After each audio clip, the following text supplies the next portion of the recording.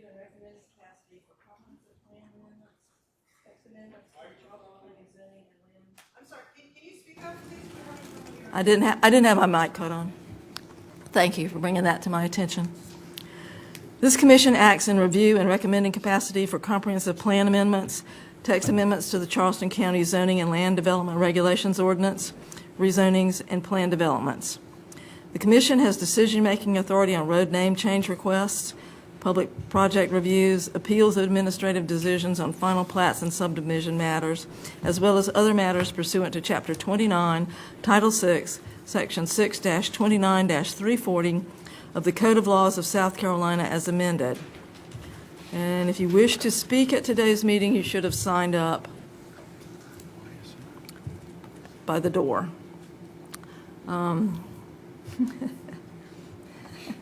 I'm Cindy Floyd. I'm chair of the Planning Commission. To my right, there's Luke Morris, Marlena Davis, and Adam McConnell. To my left, David Kent, Warwick Jones, and Kent Prousa. Also seated to my right is Attorney Mark Bell, and seated to my left is Joel Evans, Director of Zoning and Planning. Joel, would you please introduce the staff? Sure. Andrea Melisick, Deputy Director of the Planning and Zoning Department. Emily Wynn, who will be presenting the Zelda amendments. Marche Miller, who's taking minutes and votes. And also, we will have some presentations from the Public Works Department. Steve Thigpen, the County Administrator for Public Services, yes. Sorry about that. Devery DeToma is here from Public Works, and Wes Linker as well. Okay. The first item on the agenda is approval of the minutes from the September 11th, 2023 meeting. Is there a motion and a second? Second. Please call the roll. Commissioner Marlena Davis. Aye. Chair Floyd. Aye. Commissioner Jones. Commissioner Kent. Aye. Commissioner McConnell. Aye. Commissioner Morris. Aye. Commissioner Prousa. Aye. Ayes have it. The next item on the agenda is an update on the comprehensive five-year plan, five-year review. Comprehensive plan, five-year review. Yep, so we have had our first round of subcommittee meetings. Thank you all for attending those and giving great input. We are working on scheduling the second round, and so we'll be beginning with you to schedule those dates, and we'll go from there. We're going to give a presentation regarding the proposed amendments to the zoning land development regulations ordinance. Please note that agenda item VE relating to electric vehicle parking has been deferred to a future meeting. Emily? Good afternoon. Back in 2021, as you may recall, Charleston County Council adopted amendments to the ZLDR that resulted from a mass update and overhaul of the ZLDR. A year later, in October 2022, Council approved clarification amendments to clarify and refine the ordinance. Since then, additional amendments have been identified, and this presentation will address those proposed amendments. As requested by Charleston County Public Works Department, who will also, following this presentation, give their own presentation regarding these amendments, they are proposing to add a clause to Article 3.7 exempting all CCPW, Charleston County Public Works, initiated public easements and rights-of-way projects from the site plan review procedures and from the tree protection requirements, except for Section 923, when requested trees are presented and approved for removal by council for CCPW-initiated projects. Where's that on here? Or is it not? Several issues relating to tree removal violations and mitigation requirements have been identified that make administering tree protection violations difficult, including the lack of a set mitigation fee. Currently, the ZLDR requires that applicants provide quotes for replanting the removed number of inches from 2 local contractors for the current market value of a 2.5-inch caliper tree, and the zoning and planning director must then make a fee determination based on that amount. In addition, when a property has been cleared without permits, it can be difficult, if not impossible, to identify the number of inches of protected trees lost, which makes it virtually impossible to issue fines. So currently, the only existing remedy for illegal clearing is to issue a retroactive clearing permit, resulting in no consequence for the violation. Oftentimes, once a violation is identified and a mitigation fee or fine is issued to the violator, they will simply request a retroactive variance from the Board of Zoning Appeals, which, once granted, eliminates the violation and thus relieves the violator from any fines and fees. These proposed amendments seek to strengthen the integrity of tree protection and preservation by prohibiting variances from retroactive tree removal and clearing from required tree mitigation fees and/or fines. For these reasons, the following amendments are proposed. Create subsection 3101G to prohibit variance requests from tree removal violation fines and/or fees. I'm having trouble. Excuse me, I'm having trouble keeping up. It's not really reflected on what's on my device here. That presentation? Scroll down. Well, yeah, the next slide is stables in the rural area. No, this is 2 slides. So she was talking about this, and now she's here. Okay, thank you. Now, she helped me. I'm caught up. Okay. Would you like me to start this slide over? No. Okay. I guess I'm just concerned about the format. You're going to go through all of these at once, and then we'll go back to the changes individually? Once I finish the presentation and you have questions, I believe then you can ask. We can go through the red lines individually after the presentation. Okay, so we're going to hear the We're doing whole the- presentation first, not by item. We're doing a Okay. presentation of all the items, then we'll go back to the red line versions as you have questions of them. All right, thank you. Section 926, we're proposing to revise to require a tree mitigation fee of $200 per inch, required to meet the total mitigation inches amount. And we're proposing to add section 1161 to require mitigation of unpermitted clearing and grubbing at a ratio of 40 inches per acre of clearing, or payment to the tree mitigation fund at a rate of $200 per inch of mitigation required. Stables in the rural area. Currently, the ZLDR has 2 types of stables as listed in the use table, private and commercial. Private stables are limited in use to the owners or residents of the subject property and do not permit any form of boarding, while commercial stables can be opened to people other than the residents or owners of the subject property for boarding, training, showing, breeding, rehabilitation, and other commercial activities. Staff has identified a need for an intermediate option that allows for small-scale boarding but is not open for rehabilitation, training, or other activities that may be allowed at a commercial stable. And for those reasons, the following amendments are proposed. In the use table, create a new use, stables, boarding, to be conditionally allowed in the RM, AG15, AG10, AG8, AGR, and RC zoning districts, and allowed by right in the CCRI and IN zoning districts, as well as amending some of the conditions to add conditions for the newly created boarding stable use, including but not limited to a boarding ratio of 1 horse per half acre, a minimum lot area of 5 acres. Otherwise, the boarding stable shall follow the special exception procedures, and limited site plan review procedures shall apply.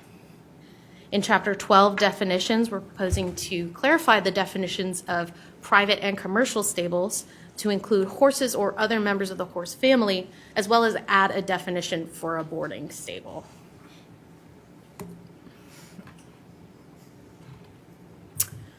Small-scale mining operations. Small-scale excavation and grading activities related to development are currently subject to the same conditions as large-scale resource extraction operations. To allow for flexibility for small-scale excavation and grading activities, we are proposing the following amendments.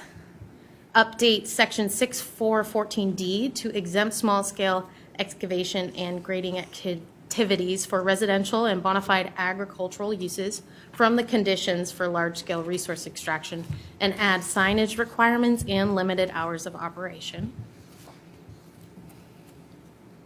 Bicycle parking. Charleston Rises, a program to incentivize sustainable development through the Sustainability Institute, provides suggestions on site design elements that promote high-performing sustainable commercial and multifamily development, including bicycle parking, in order to accommodate alternative transportation options and promote resilience and sustainability. The following amendments are proposed. To add subsection 9313 to require bicycle parking be provided within 50 feet of the primary building entrance at a ratio of 1 bicycle parking spot per 2,000 square feet of floor area, or 5 bicycles, whichever is greater. And the following amendments are proposed to clarify certain requirements. While trees within the designated scenic road rights-of-way, 6 inches DBH and greater are protected, the only place this is currently mentioned in the ZLDR is in a note underneath Table 944-1.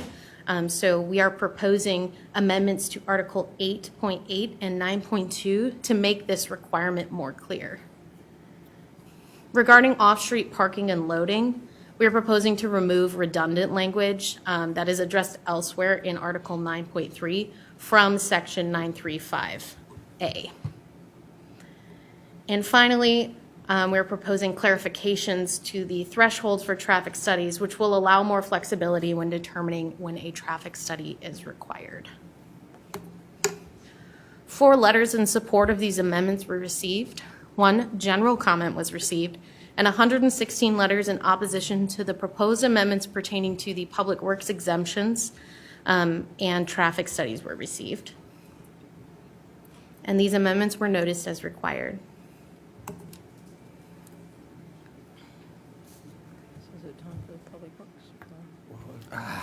And Public Works does have a slideshow now that they will present.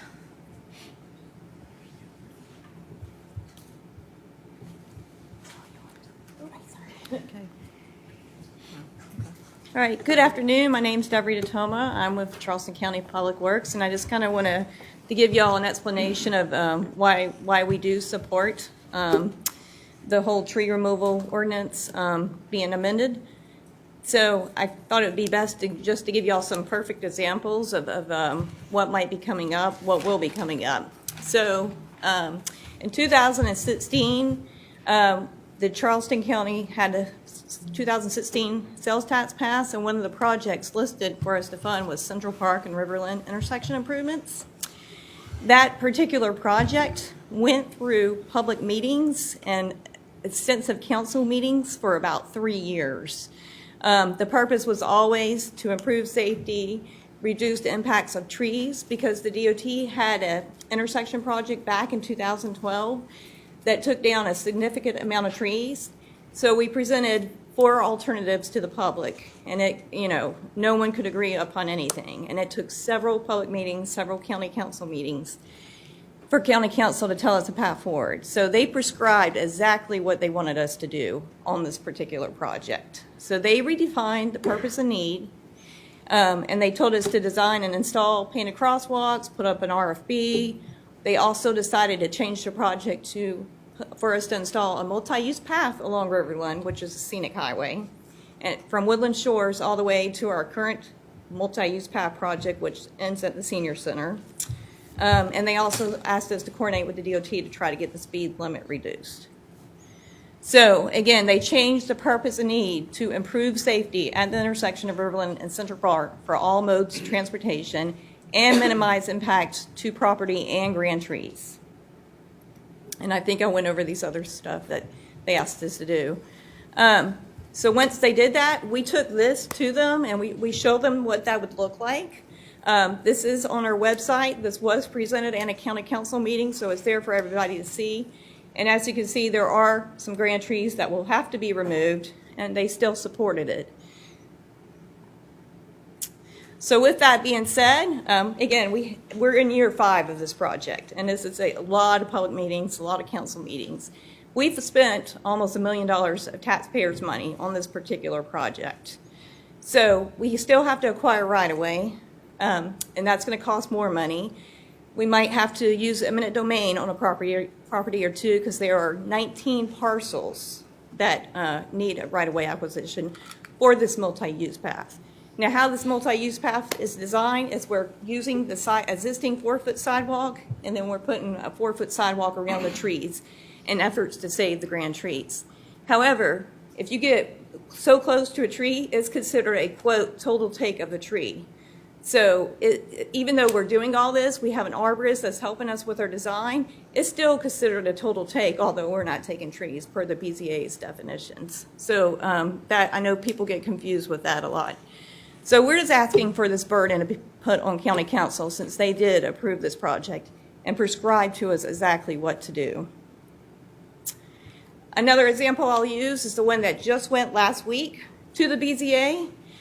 Luckily, the BZA approved it, but there was someone that was, injured. I'm sure y'all all read about it, possible hit and run.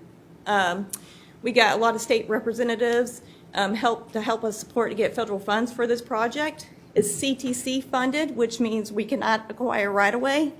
So we have this project that we're asked to do to help save lives, but yet we can't acquire right away to do it. So what we had to do is we had to shrink down the sidewalk to 4 feet where you see that grand tree. Although we're not taking that tree, that's considered a, quote, total take. And one of the property owners was really opposed to this. So it's a burden when we spend close to $1 million on projects, all these taxpayers' money, and then we bring this forward, and then it could possibly be voted down. So again, it is county council approved projects. We're just asking that, maybe the burden be put on county council, since they have directed us to move forward with these projects rather than the BZA.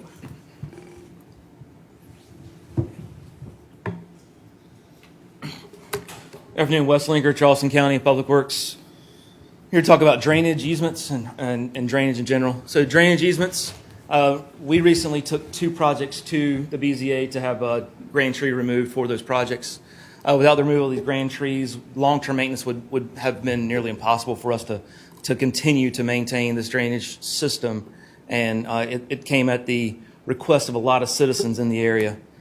So some of the challenges that we face when we're trying to balance a project in, when we're trying to balance a project is that the geographical low point of a site, whether that be a road, whether that be just a small community or an entire region, we can't really relocate that low point. Excuse me.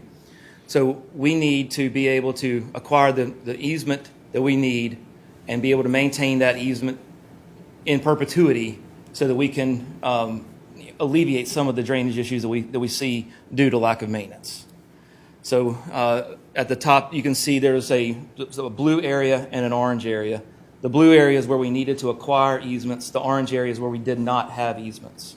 So we had to go with the property that we currently had, maintain or have a shelf on one side of the ditch, and we had to acquire that easement on that same side of that ditch. So it was we were kind of stuck at the low point and marrying up new easements with existing easements. And just kind of show that there are other areas, other municipalities that are doing this. The city of Charleston has an exemption for tree removal for utilities that are, a lot of other utilities, but specifically include drainage.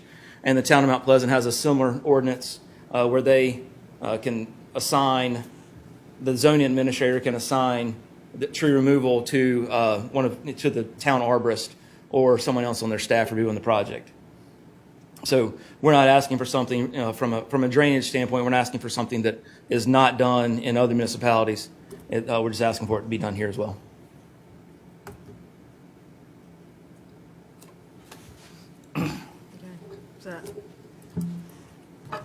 Thank you.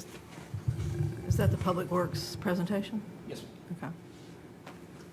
Questions from commissioners? Adam? currently during these projects, does the county pay into a mitigation bank when they take trees at all? I'm just curious how you guys handle that. They have in the past on certain projects. It's been very minimal. More than likely, the trees that are being removed are not in that great a health, in my experience in doing it.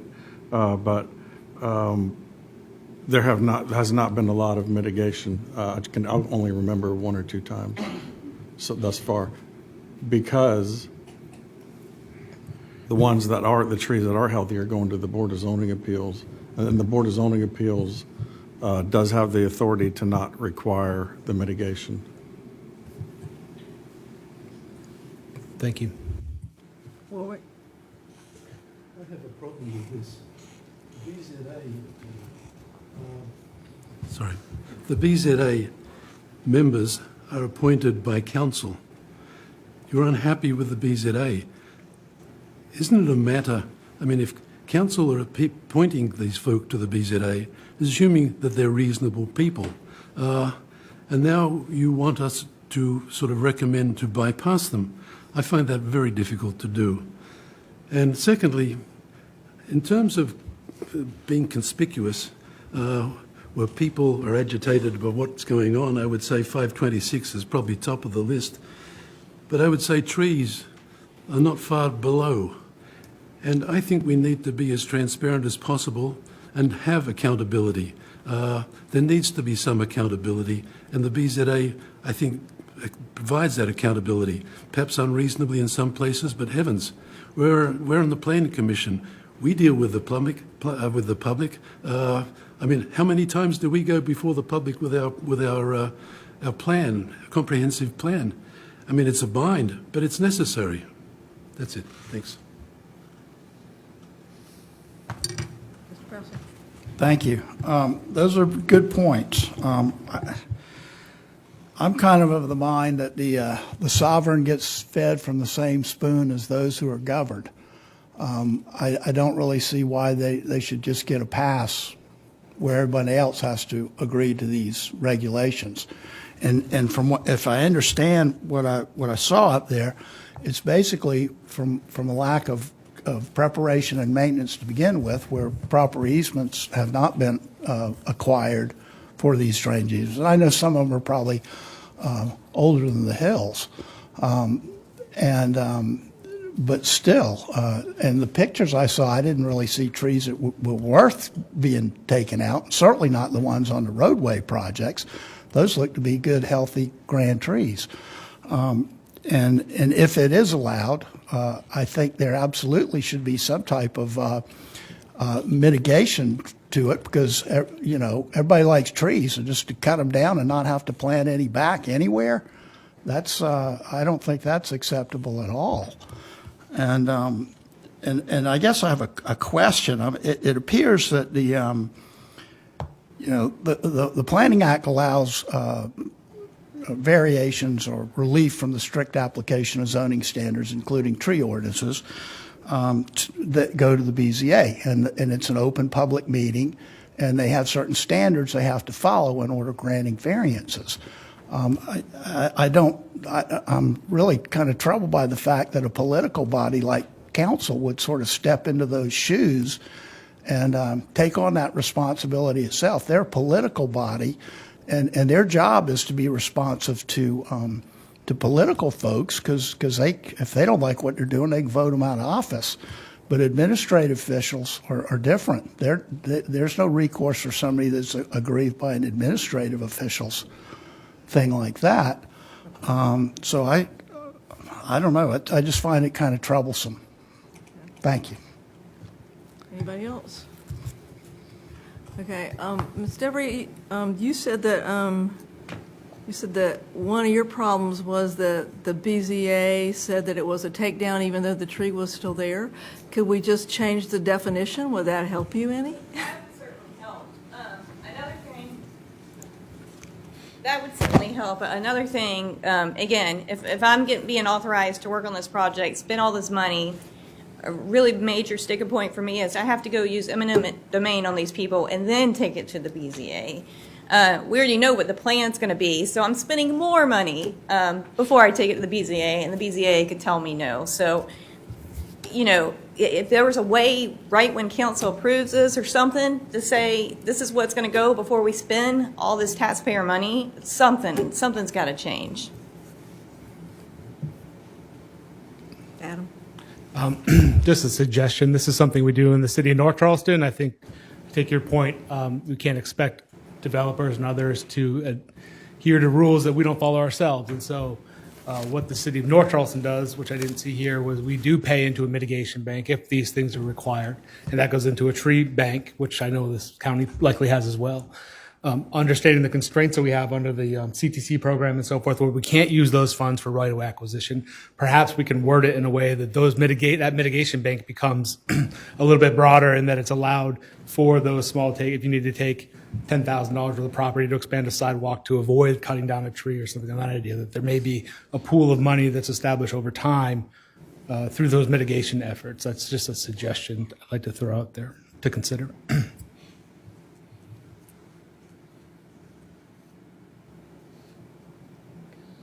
Anybody else have any questions? Madam Chair. I'm sorry. So just a question, clarification, how do we do that the way North Charleston? So in our mind, we have an idea if it's something we want to move forward. How would we, well, I'm not sure precisely all the county's process. Right. Our process would be that the city has a project, and say we're building a community center, and we have to clear a lot, 2 acres, and we do a tree survey, and then we pay money, do a mitigation bank. Well, we do tree replacement, right? And in lieu of that, we would pay into a mitigation bank. And so that mitigation bank goes into a pool of money that we use for streetscaping, sidewalks, and so forth.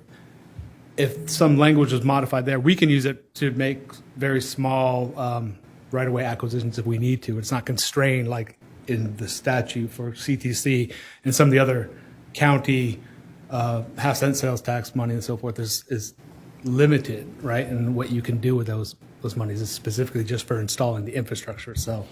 And so it constrains a lot of projects. And so having another pool of money where you can tap into that is a useful resource, I would say. And it may allow, if we're giving full discretion to the Public Works Department to move forward with these projects, which are just often justifiable in my judgment, like then we need to give them the tools to do their job, right? While also providing adequate resources or alternatives to provide that mitigation that's necessary from the impacts that are happening to those trees, right? So that process, in my mind, it works. It works. So Joel, how do we do that on our end? If I mean, that's reasonable if we're going to abide by the same rules and requirements that the private sector does. How do we do that? So we currently have a tree mitigation bank, a fund, and it receives money for trees that are approved for removal by the Board of Zoning Appeals, usually, based on the value of the tree to be removed. It's very specific in the current ordinance what those funds can be used for.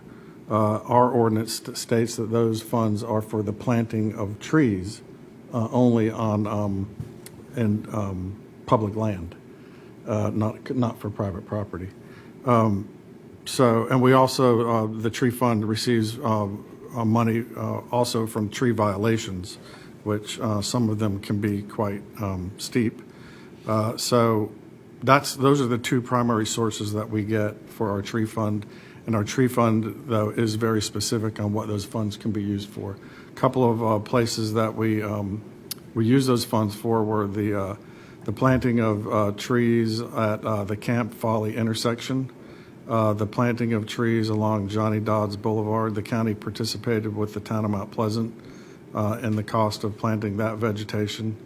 And there have been a couple other projects. Just recently, the county council approved some tree fund money for some improvements, some tree improvements, and for a park at MUSC as well.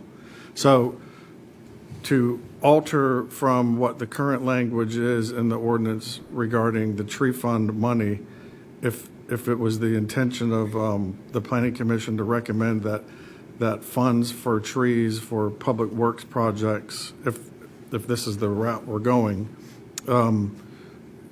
were to be used for other than planting trees, then we would have to be a separate ordinance for that, I believe, specific for that, for easements, as you had said, if that's what So the council. not part of this, but a separate ordinance It would be a, or a separate section?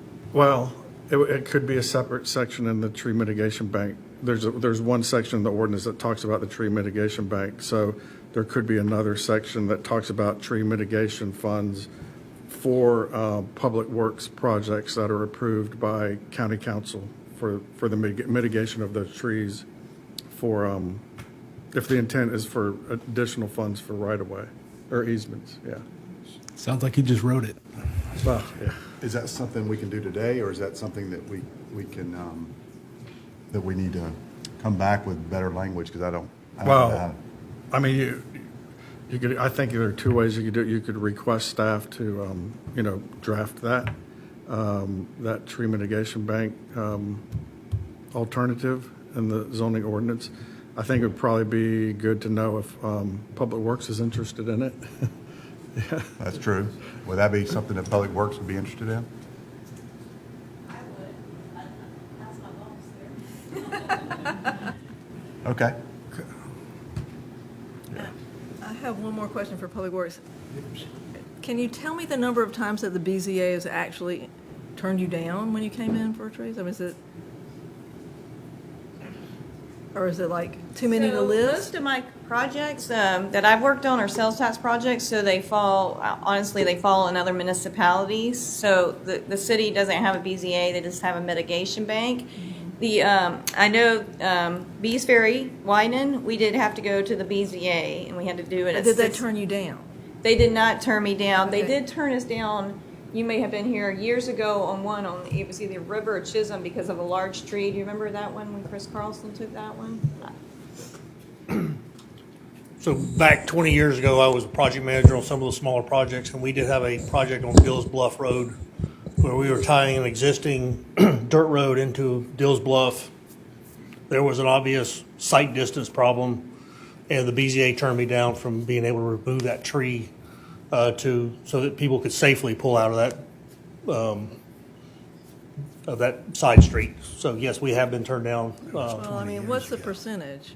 I mean, I'm sure. It's a small percentage, it is, but it is a timely process. As Debbie mentioned, if we were turned down by the BZA and had to go back and redesign the plans and acquire more right-of-way, when you start a right-of-way acquisition process, it could take you up to a year or more. We, for instance, just settled a condemnation case that was started back in 2017, and here we are in 2023. So there was a lot of things that happened in that problem. COVID was a big issue for that, but right-of-way acquisition, when you have to go the condemnation route, it can stretch on for a number of years while the project sits idle and costs go up. So those are just kind of the things that we face. Okay. Well, one of the hesitations I have is just like giving carte blanche to Public Works. I'm sorry, but, so it's like, it sounds like you're asking for the unlimited ability to cut down any tree you want. So what would be the limitations on your being able to take down trees? So these are projects that are identified by county council as needing to move forward. So as we improve drainage or we do a road project, it would apply in that case. It would not give me just permission to go out on Johns Island and cut down trees as a side of the road.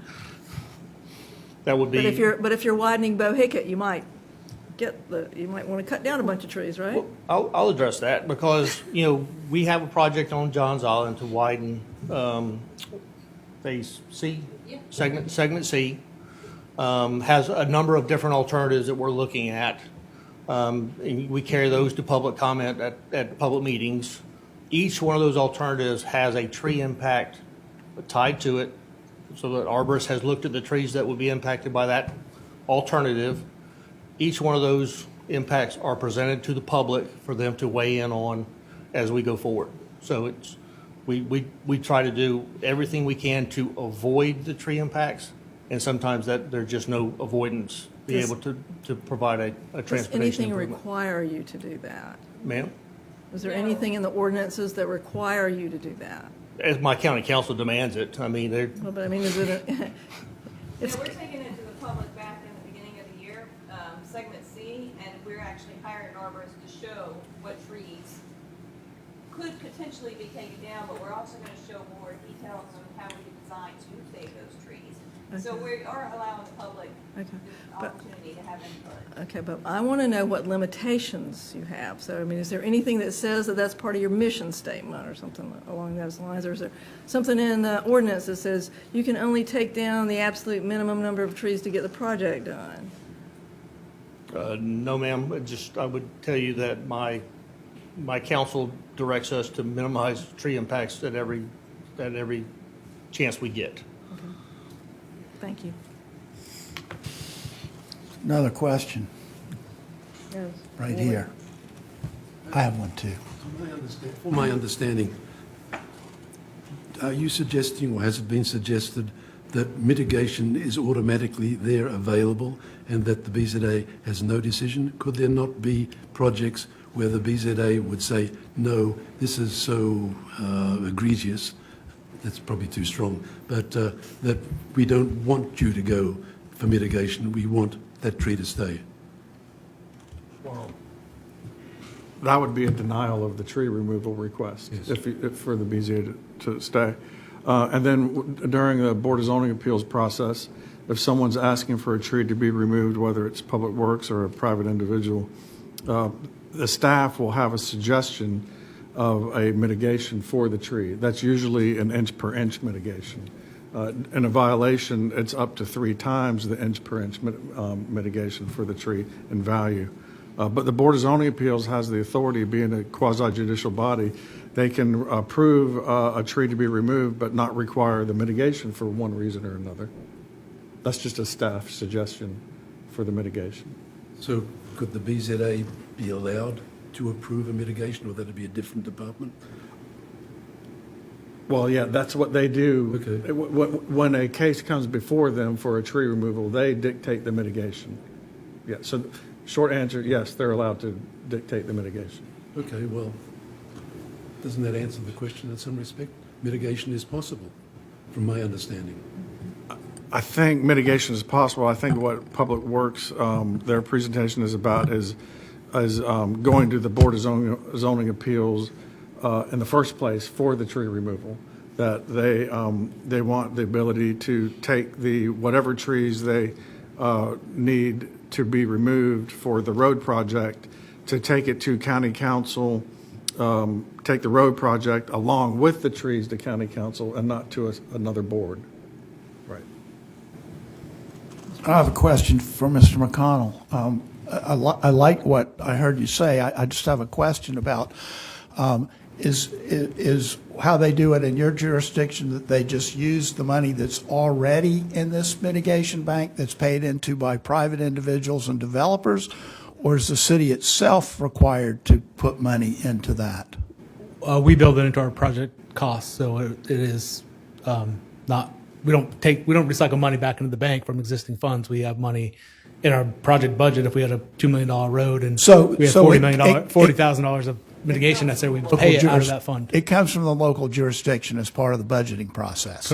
Correct, for that project, yeah. So I kind of like that idea, that it would just be a budget thing. If they have to take the trees out for either a roadway project or for a drainage project, and particularly some of these older drainage things where they don't have easements for one reason or another, they just weren't required, they just dug a ditch, and there it is. And maybe there's an easement, maybe there's not, and there's trees that are creating problems.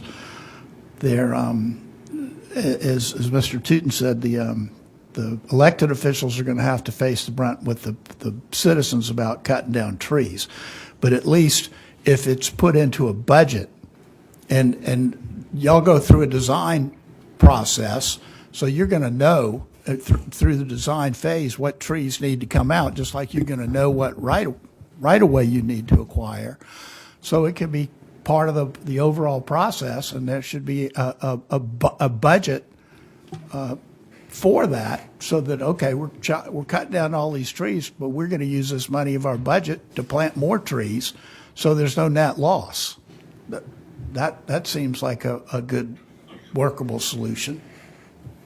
It allows you to keep the project moving forward. I mean, oftentimes that's part of it. It's the projects are getting bogged down and not able. We're decades behind in infrastructure, right? And these are small things that we can do to help push some of these projects. I know there's a lot of resistance to growth and development, but no one's going to stop the market, right? We're coming. We need the tools any tool that we have to be able to deliver these public projects is helpful, right? Both for cost and time and public safety and then mitigating on the back end. I get it. Like my sister lived in California and like tried to protect redwood trees, right? Like she literally like tied herself to trees. I understand like the passion that people have for that, right? I get it, right? But, and also, we can't just stop every project from moving forward to save a grand tree. It just doesn't work. And so at least we provide an opportunity to mitigate it without going through a more cumbersome process.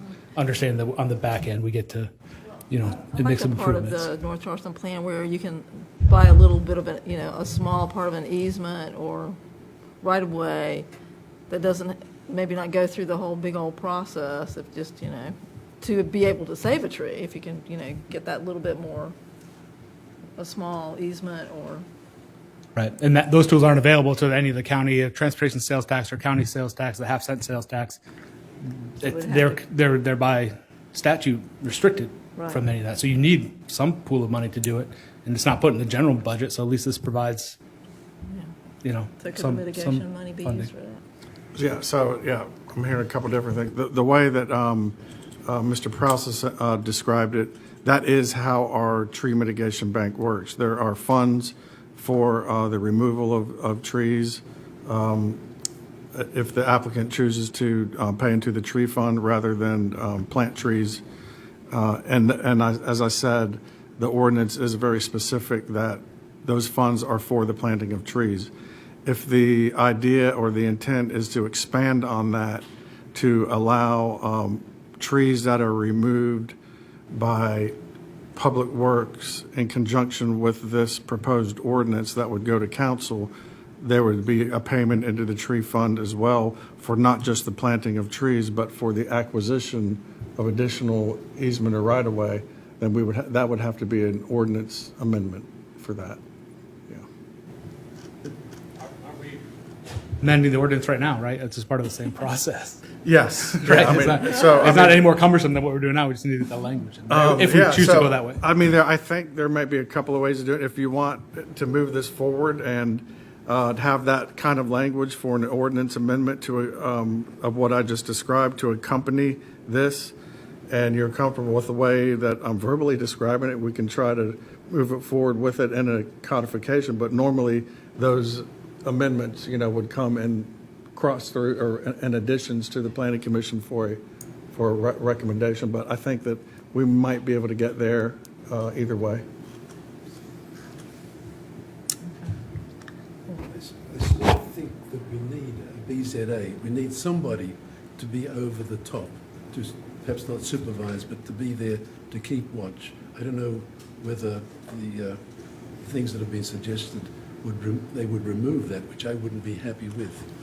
Let's face it, the BZA is appointed by council. Maybe council should talk to its members and say, hey, we've got a problem, rather than to change everything. Actually, I don't think they're supposed to do that, are they? Yeah.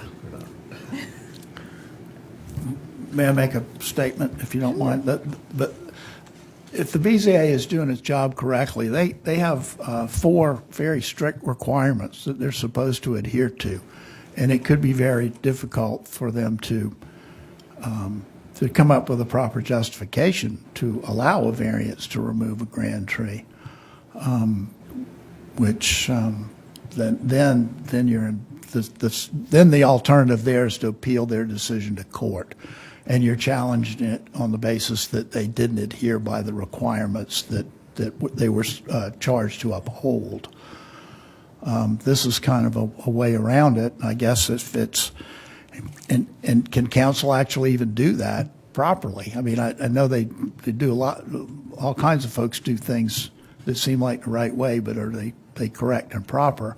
It seems like they would be taking over the role of granting a variance, but then maybe not. If it's codified in an ordinance, the way it states that because this is a council project, and maybe it'd have to be a higher level approval on the council than just a regular vote. I don't know. They're really kind of mixing an administrative aspect and a quasi-judicial aspect at the same time.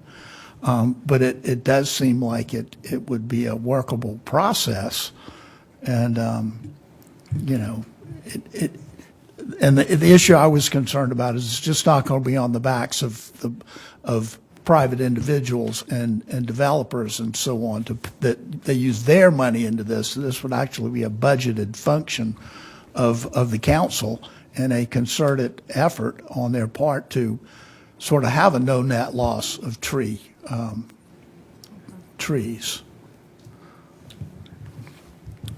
And I agree with that it would require another amendment that would go through the same process as what we're going through right now. Anybody else with any public comment? Any other questions from the commissioners or comments?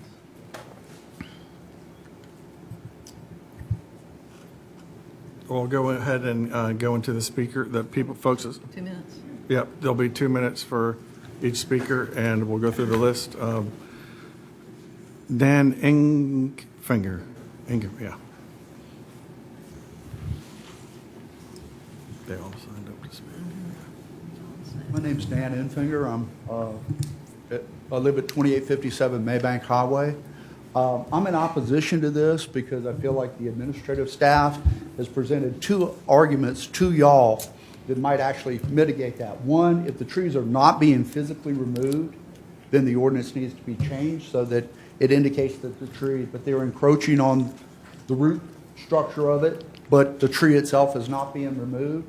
2, the Board of Zoning Appeal has the right to say this tree is significant.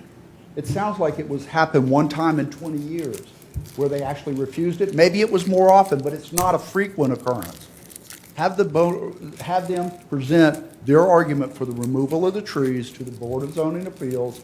If they reject it, then they go back and they replant it to avoid that tree. These large trees, if you plant 2.5-inch oaks, it's going to take 300 years for some of them to grow this size. Take and ask the Public Works Department to take and plant around these significant trees to the best of their ability. Let them go through the present process, but don't take and give them administrative rights to simply ignore that, because they're going to take the shortcut because they're looking at saving money, and it's not all about saving money. So I'd like to ask that you refuse their request. I'd also like to ask this board if they would consider drafting an ordinance to go to council to change the time of this meeting. Because it's 2 p.m. in the afternoon, working people are unable to attend and present their opinions. As a board, you're looking for public opinions, but look around this room and you're going to see a bunch of retirees because we're the only people that can come at this time of day and present our opinion. The citizens of Charleston County want more tree removal and on other things that you address. Try to give us an opportunity to do that and make this meeting after 5 p.m. in the afternoon. Thank you. Okay? Thank you. John Zlogar. John Zlogar, 5528 Frisco Lane, speaking for the Johns Island Task Force. I had a written speech, but based upon some things I heard here, I certainly have changed things around. Well, first of all, it's not about, there's 2 different things happening here in the discussions. One is BZA oversight, and the other one is the tree mitigation fund. Somewhat related, but really not at all. And so really we're talking about, among other things, the BZA oversight. And as Deidre and Steve both pointed out, it's really not a problem. I mean, the woodland shoals that BZA passed at the drainage, 2 recent cases they passed it. The last case was 20 years ago. Central Park, the $1 million. if anybody's been paying attention knows there's a lot more. The community had a lot of issues associated with that. Trees were one part of it, but there was a lot of other issues there. So that's kind of a false herring there. But the other thing is, this is not about stopping projects, road projects, and it's never not cutting down trees. It's about cutting down the minimum number of trees. That's what it's all about, the minimum number of trees. We know we're going to have to cut some down. And so let me use an example, a recent example that Cane Slash and River Road on Johns Island, it came before the BZA. The first time the public heard about it, they were going to cut out, and I'm going to use the wrong number, 20 trees? I mean, 20 trees. About 20 trees were going to be cut down. Only reason anybody knew about it, and that was the best solution they could come up with. Well, we got the community involved. We got our council person involved, on both the city and the county, and they withdrew that application, and now they're looking at an alternative that will require maybe no trees to come down, right? So if that had not come up before the BZA, 20 trees would have been gone most likely. And so there's a case where we need that extra level of protection of the BZA to put an eyes on it and say, wait a minute, this is not the right thing to do, and give the public an opportunity in the design process to be able to have that communications, as opposed to after it's over with. So I advocate for all three of these things that the Public Works wants, that you deny them. Thank you very much. Madison Martin.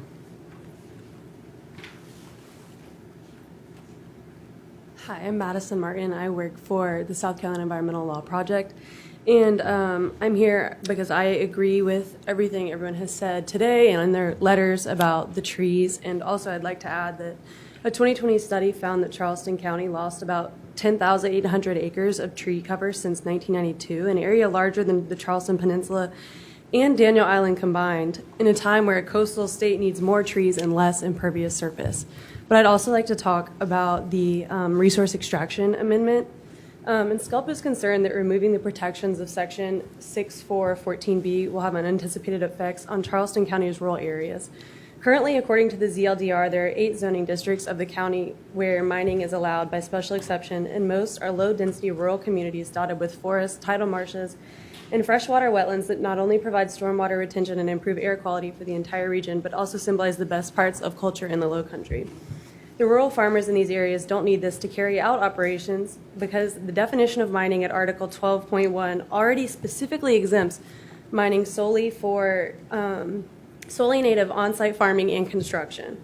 Removing the 2.5-mile radius protection given in Section 6414B1 will give developers who own several small parcels a residential exemption to build a house on every mined parcel in a place where folks are only supposed to build one principal dwelling unit per 25 acres. This amendment will allow several 5-acre mines in communities where kids still walk to school. Look what happened in Horry County. They did something similar to this in 2020, and by May of 2022, WDPE reported a 38% increase in mines in the area. Charleston's rural residents deserve better. Thank you. Ashley Dane. And then Pam Skinner after Ashley. Hello. Thank you for the opportunity to speak today. My name is Ashley Dame. I'm a Charleston County resident living at 3595 Wild Plum Road. I'm also fortunate to be a business owner in the county. I develop commercial real estate for a living. Today, you're proposing to exempt Charleston County Public Works projects from the site plan review within all existing and proposed easements and rights-of-way. You also request to exempt them from the tree protection requirements except for one section.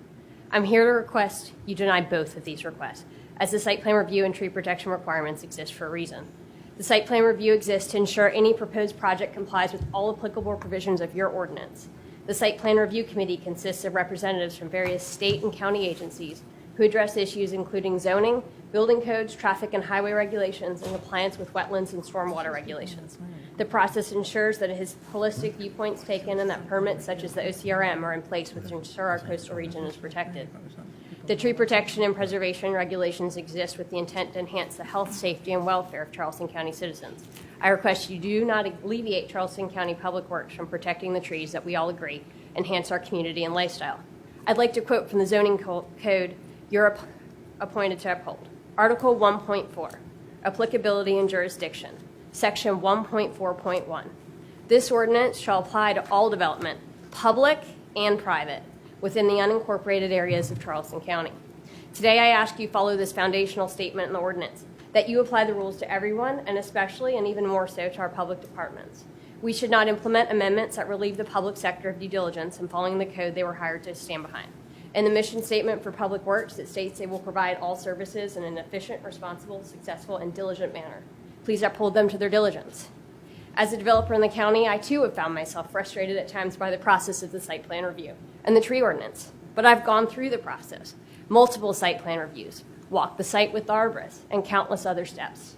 I'm grateful for the zoning codes that preserve what brought us all originally to this area. I aim to build a company that stands behind thoughtful growth. And Thank you. I ask today you represent the citizens and community by voting no.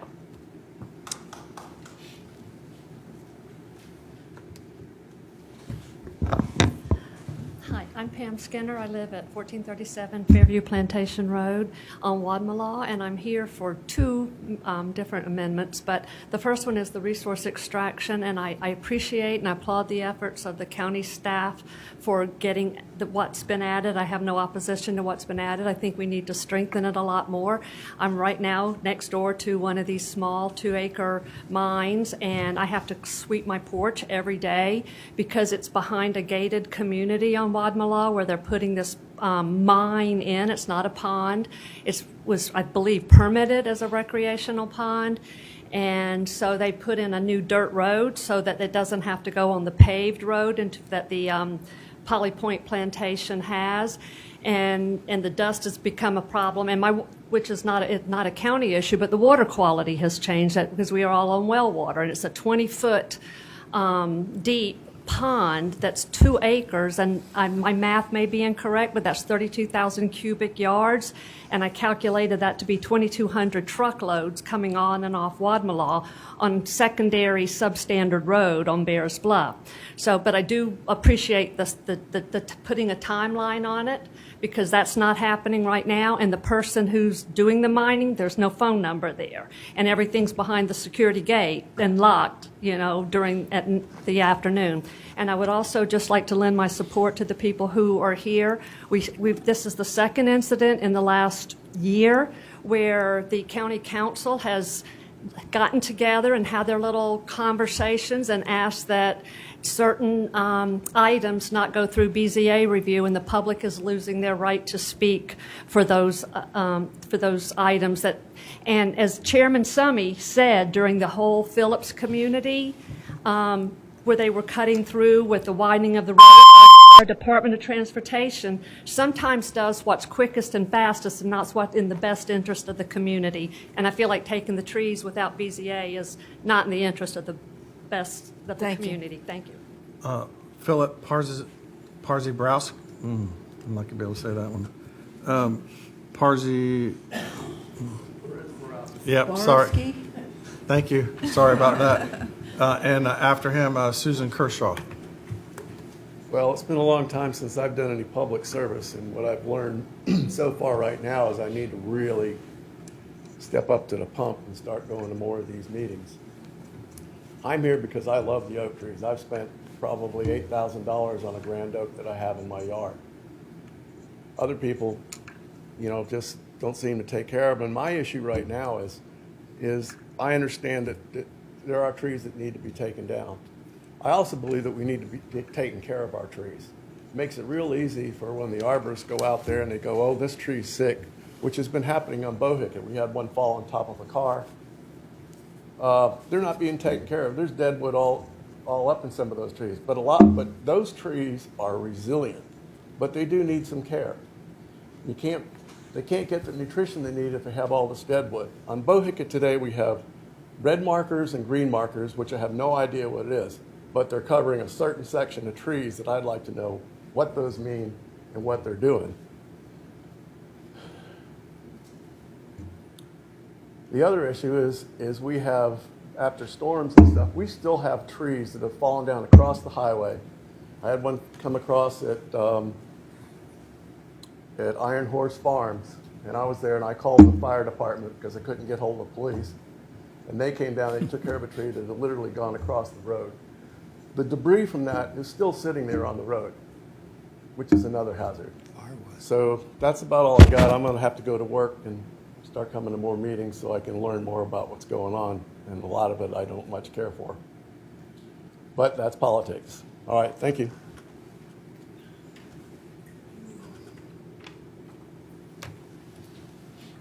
Hi, I'm Susan Kershaw. I live at 3605 Berry Hill Road on Johns Island, and I'm just here as a resident. Our trees on Johns Island are part of our identity, our sense of place, and our community. County Public Works is meant to create and support infrastructure. Their job is not to protect our sense of place. That is the job of zoning and planning. We depend upon zoning and the BZA to protect the trees that are so important to our community. I empathize with the frustrations of being told to do a job, but then not being allowed to do that job.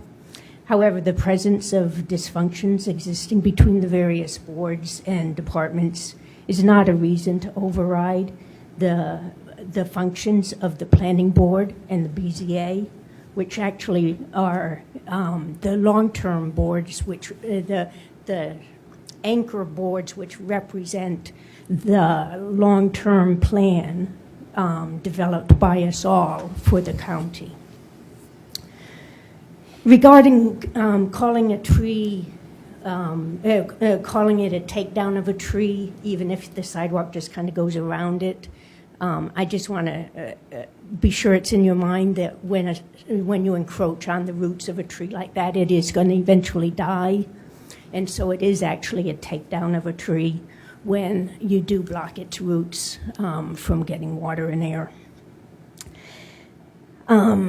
So anyway, please don't allow Public Works to make these decisions that we all have worked so hard to get into our county long-term plan and have set up the oversight for in other ways. Thank you. Bull Wood and Edith Wood after Bull.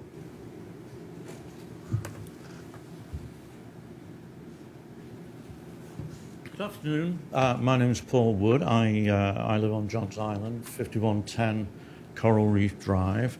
And I urge the Commission to reject the request to eliminate site plan review and tree protection and preservation requirements for County Council and SCDOT road projects. I've lived on Johns Island for many years and have been shocked at the level of deforestation that's occurred over recent years, changing the rural landscape into an urban one in some parts of the island. I see this proposal as one that could allow the county and SCDOT to carry out its projects with no regard to the preservation of the trees in our rural landscape. We have checks and balances in place right now with the review and approval by a separate body, and they work well. The process encourages the planners to be more thoughtful in looking at alternative options, not just the clear-cut option. I'm sure that our planners schedule this step as one of the many parallel activities of their process, and I'm sure that seeking the approval for tree removal does not significantly impact the schedule of our road projects. With no independent review process in place, there's no reason to believe that the creation of concrete jungles will not be the default mode. If we do remove the requirement for the review process, who will be next in line quoting it as a precedent? Maybe any private developer with a project where fewer trees means more profit at the expense of the livability for the people who eventually come to live in those developments. Please reject this request and maintain the status quo. Thank you. Thank you. Good afternoon. I'm Edie Wood. I too live at 5110 Coral Reef Drive, Johns Island. Johns Island is a magical place. It's beautiful. When you drive across the bridge there, the temperature can be as much as 5 degrees lower than what you had previously found in other parts of the city. Our trees are very precious. I do believe that they need protection.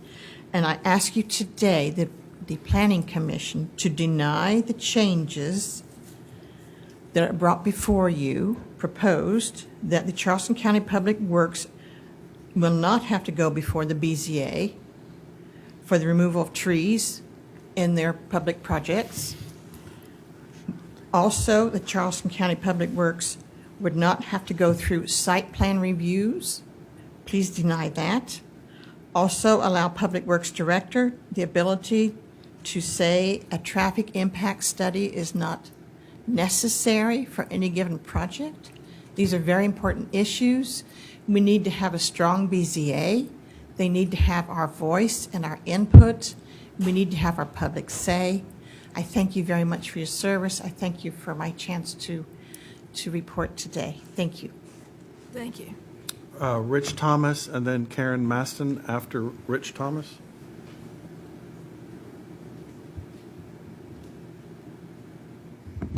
Rich Thomas, Johns Island. I want to add my voice to the 116 who sent in comments.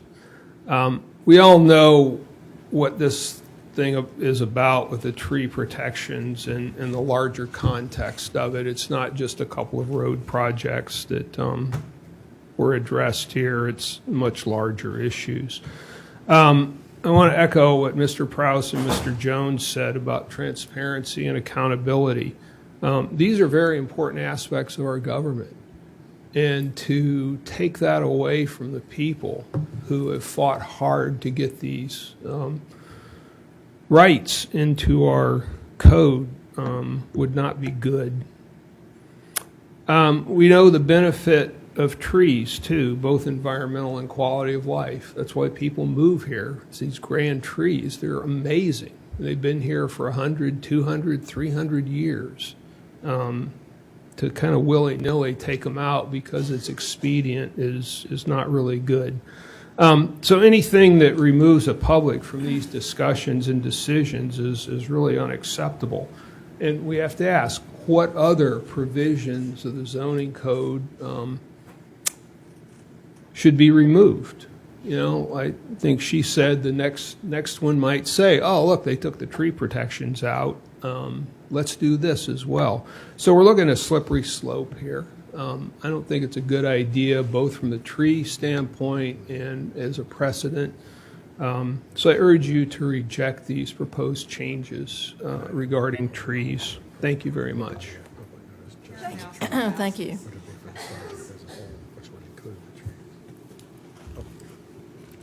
Karen Maston. I pass. Oh, okay. Michael Maston. Yep, I too pass. Okay. Nina Kaufman. And after Nina, Robbie Maynard.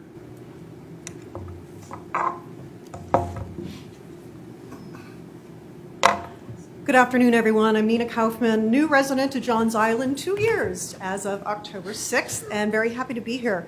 My husband and I came here from New York City, and I feel very, very strongly that you should reject the Public Works proposals regarding their ability to not go before the BZA, not go through a site plan process, and to just say a traffic impact study isn't warranted. And why I'm so passionate about it, I mean, even just coming from New York City, is that I come from a city where things are razed down and destroyed without any public comment, without any regard for the community. Because we're not just talking about trees, we're not just talking about roads, we are talking about a quality of life. And in this post-COVID world, quality of life is even more precious and even more important to those of us, especially who live on Johns Island. And because it is a quality of life issue, the community needs to be involved. The BZA are our boots on the ground. We would not have a voice on a regular basis were it not for the BZA also stepping in and running interference. Public Works already indicated there was a 2012 project that took down many trees because there wasn't a place for the community voice. So it's very clear that without a community voice and input, decisions are going to be made autocratically. Decisions are going to be made for expediency, because who wants a cumbersome process? But we have, and you have, an opportunity right now to rethink how are community decisions being made in a way that preserves beauty, peace, tranquility, and quality of life, while, yes, acknowledging that you're not going to do away with the market. So I urge you right now, I think there's a more intelligent, thoughtful way to go about it, perhaps involving more private investment in mitigation funds. And with that, I thank you for your attention. Thank you. Robbie Maynard. Yeah. Good afternoon. Thanks for the opportunity to address the commission. My name is Robbie Maynor. I direct the Communities and Transportation Program at the Coastal Conservation League, located at 131 Spring Street. The Conservation League shares the concerns expressed by everyone so far, and apparently over 100 folks via email. With item 5A, the proposed exemption to the tree protection ordinance for Charleston County Public Works projects. This would allow county-led road projects to bypass review of grand tree removals at the Board of Zoning Appeals and remove a level of independent oversight. This could lead to the destruction of hundreds of mature trees across Charleston County. I think mature tree is an important emphasis because while mitigation is certainly better than no mitigation, it's impossible to replace a 300-year-old tree. Trees are a touchstone of our cultural landscape in the Low Country, but also a big part of community resilience. A mature tree can drink up to 10,000 gallons of stormwater a year. So it's not just an impediment to projects, it's also a benefit to communities and to our resilience. A few reasons that I think that I would encourage the Planning Commission to deny this amendment. We should be doing everything we can to protect more trees. As someone has already pointed out, we've lost 10,000 acres of tree coverage in the last 20 to 30 years. We should be doing more to protect them, not making it easier to cut them down. Second, and most maybe importantly, the Board of Zoning Appeals provides an additional level of independent oversight in addition to County Council review. This is to ensure that protected trees are only destroyed when absolutely necessary. This system of checks and balances is fundamental to a healthy democracy. Removing the additional criteria and oversight of the BZA would remove incentive for county-led road and other infrastructure projects to be designed to avoid grand trees, which is critical. Thank you all for your time and consideration. Thank you. Ellen Silver and then Nancy Harold.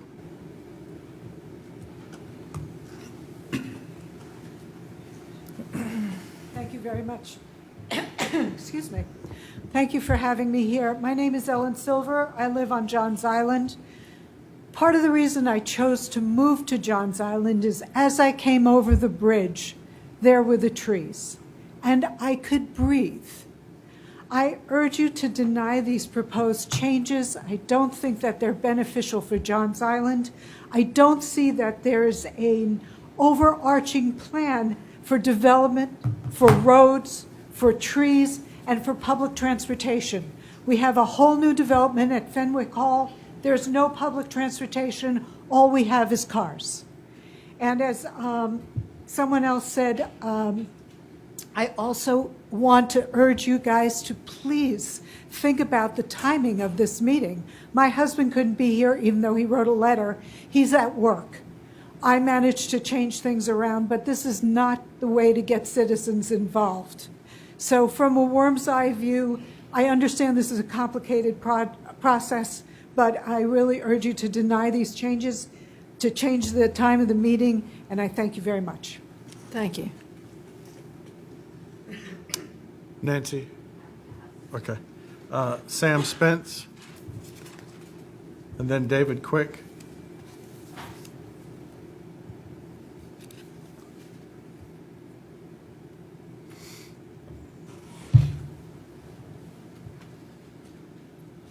Folks. I'm Sam Spence from the Preservation Society of Charleston at 147 King Street.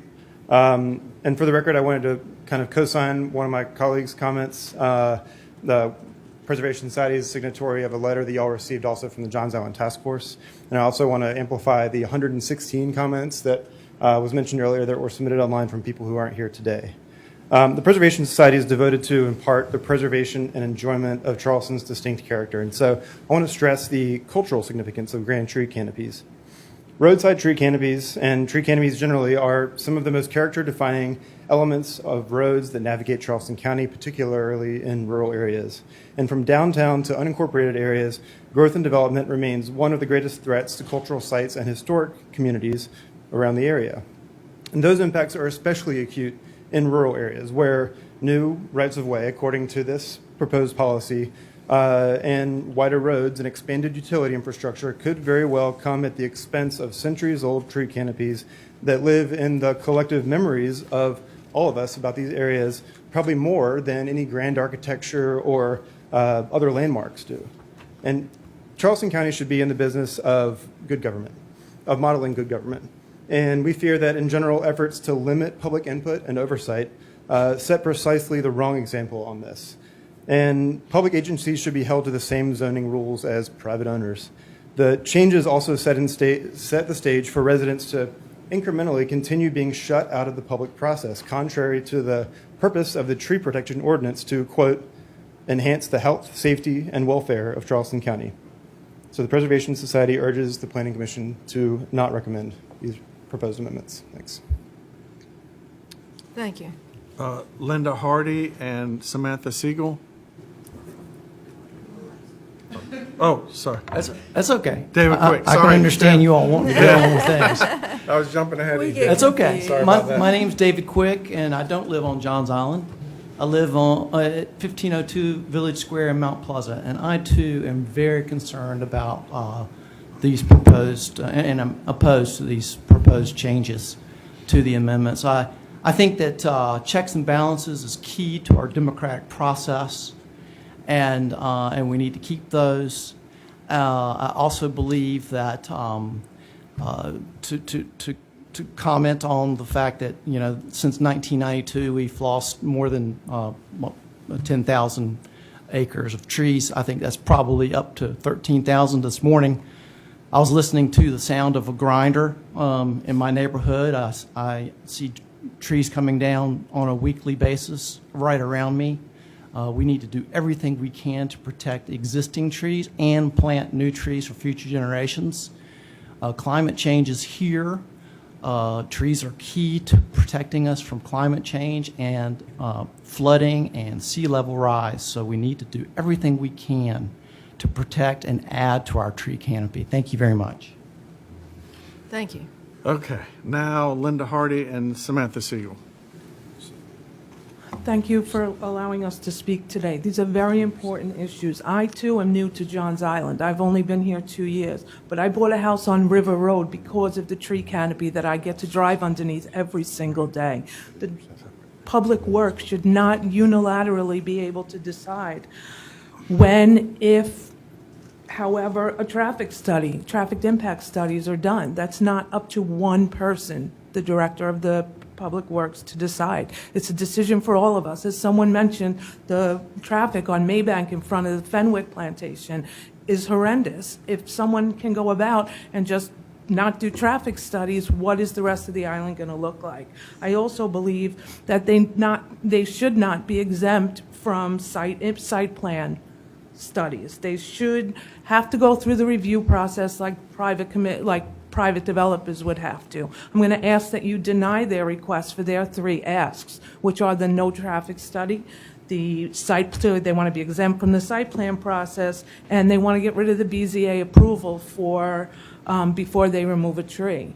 If you can have the mitigation, and the mitigation says you have to pay for a tree if you're going to cut it down, and the plans say, no, you can't cut the tree down, but someone cuts the tree down anyway. If you have enough money, you can pretty much do whatever you want. So we need the BZA to continue to rein in whoever's going to do these things, and then just pay for them, whether it's from a mitigation fund or it's from a contractor fund. You shouldn't just be able to buy your way into cutting down giant trees. That the gentleman said, we're here for generations. It's going to take 300 years for them to grow back. And I don't want my grandchildren to have to wait, or generations to have to wait that long to see the beauty that I moved here to be able to experience every single day on Johns Island. And moving the meeting later would really be a big help for a lot of us. Thank you. Thank you. Samantha Siegel. Hello, my name is Samantha Siegel. I live at 5 Lilandra Avenue in Charleston. I'm here to express my concern regarding the proposed changes that would exempt Charleston County Public Works projects from the crucial oversight processes related to tree removal, as so many others here have spoken about. As a resident who cares deeply about the environment and the well-being of our community, I urge you to deny these proposed changes. As we all know, trees play a vital role in mitigating flooding and combating climate change. Their roots help stabilize soil and prevent erosions, while their canopies absorb and slow rainwater, reducing the risk of flooding. In the face of increasingly severe weather events and rising sea levels, preserving our tree cover is not just an environmental luxury, but a necessity. By bypassing the BZA for tree removal, we risk the indiscriminate clearing of trees without the proper scrutiny. The BZA serves as a critical check to ensure that such actions are justified and considerate of the broader environment. Additionally, skipping this process diminishes transparency and community input, which is a crucial step to assess the environmental impact of projects and to involve the public in decisions that affect our shared spaces.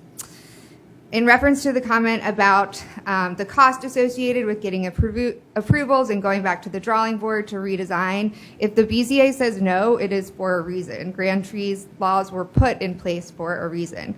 The plan should be designed to protect the trees the first go around, and then they wouldn't have to go back and redesign plans. Over a decade ago, I led a grassroots effort to save the Angel Oak from a massive development.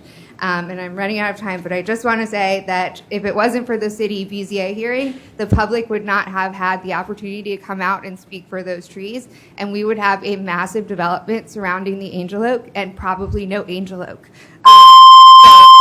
In light of the above, I implore you to prioritize the long-term well-being of our community and deny the proposed changes. Thank you so much. Thank you. Amy Bradley's the last one.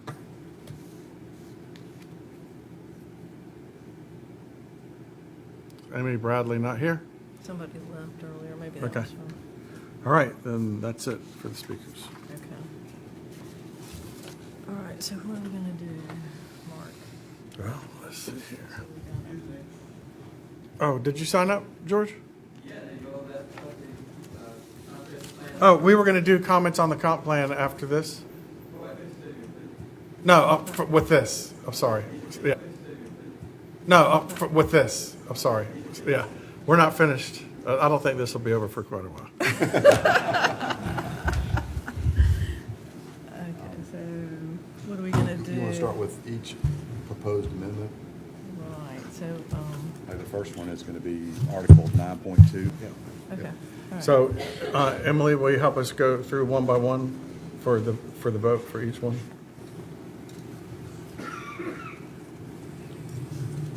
Well, discussion is closed for public comment. So are we gonna do a motion for each element? Okay. For each article. For each article, okay. Sorry. And then discussion after a second, right? I'm really interested in Mr. McConnell's, what North Charleston does. Unfortunately, I don't know if we have enough information about that to vote on it, and it may make some sense to table it to the next meeting so that we can at least hear what other municipalities are doing that may make some sense. Is that a motion or you? Yeah, I'll make a motion that we table Article 9.2 until the next meeting. We're going to go through each one individually? Well, I think they're separate. I mean, I think the violations are different than this one. Right. Well, yeah. We Emily was preparing to go through article by article. Okay. Yeah. And we do have Article 3.7, site plan review, public works exemption, coupled with Article 9.2. If y'all would like to separate those out and vote on those separately, we can do that as well.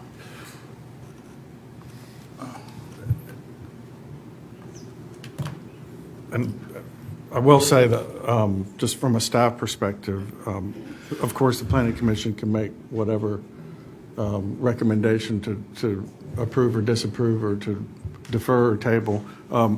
Just from our perspective, we were requested to get these to county council with a recommendation of approval or disapproval as soon as we could, but that's up to planning commission how they want to move forward with adding additional information.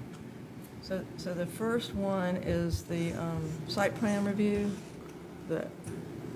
And 9.2. And the tree protection exemptions for Charleston County Public Works initiated projects. So we're voting 3.7 and 9.2? Yes, sir. Together, right. There's no motion, there's no vote? I did. I made a motion to table it till. No second. Second. No second, No. Table the whole thing, or?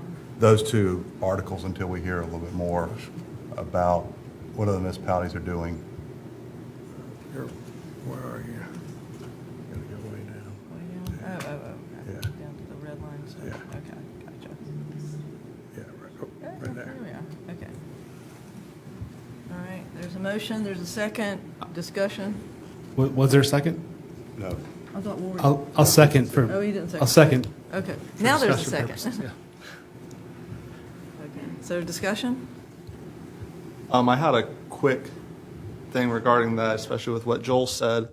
If county council wants a recommendation from us, instead of tabling it, I feel like as it's written, we would want to, or I would motion to reject it as written. And then as far as any discussion that we would want to see how other municipalities do it, that can come in a future meeting. But as written, we can give a recommendation. And I don't know if I make a motion or we have to vote on the current motion that's seconded first. And then There's we would already a go through that. motion on the floor. But that's Okay. talking it through, hearing what Joel said about council wanting a recommendation. I would say that we give them a recommendation, set a tabling, and we can address it in the future recommendation from staff. So I agree with you. Commissioner Devon, if I can interject for a second, I believe in a motion to postpone to your next meeting is more appropriate than a motion to table. And if you would like to correct that, a motion to table is really for if there's a pressing matter that needs to be dealt with today, whereas a motion to postpone to a later date will be more appropriate. Okay. All right. I'll remove my motion to postpone. So Commissioner Kennedy, if you'd like to restate your motion as a motion to postpone to your November meeting, then that is appropriate if that's your desire. I think he withdrew the I thought, motion. He wants to withdraw completely. is that, I'm sorry, let me make sure I understand, Mark. So you're saying postponing is not? You said table, and Table. in the Robert's Rules of Oh, Order world, postponing is what you're saying. tabling Oh. means one thing and postponing means Okay, another. yes. Okay, so I'll restate the motion to postpone it till the November meeting. So your motion is still active. Yes, Okay. but it's got to be, And can you still second it with the? I'm happy to second it, but also it sounded like we were in a time crunch because council wants us to act, right? So it sounded like a tabling could be, a little bit more assertive to some extent. But either way, I second the motion to postpone this decision till next month. And that's for the 3.7.4 and 9.2.1? 9.2. 9.2, okay, Point one, yeah. all right.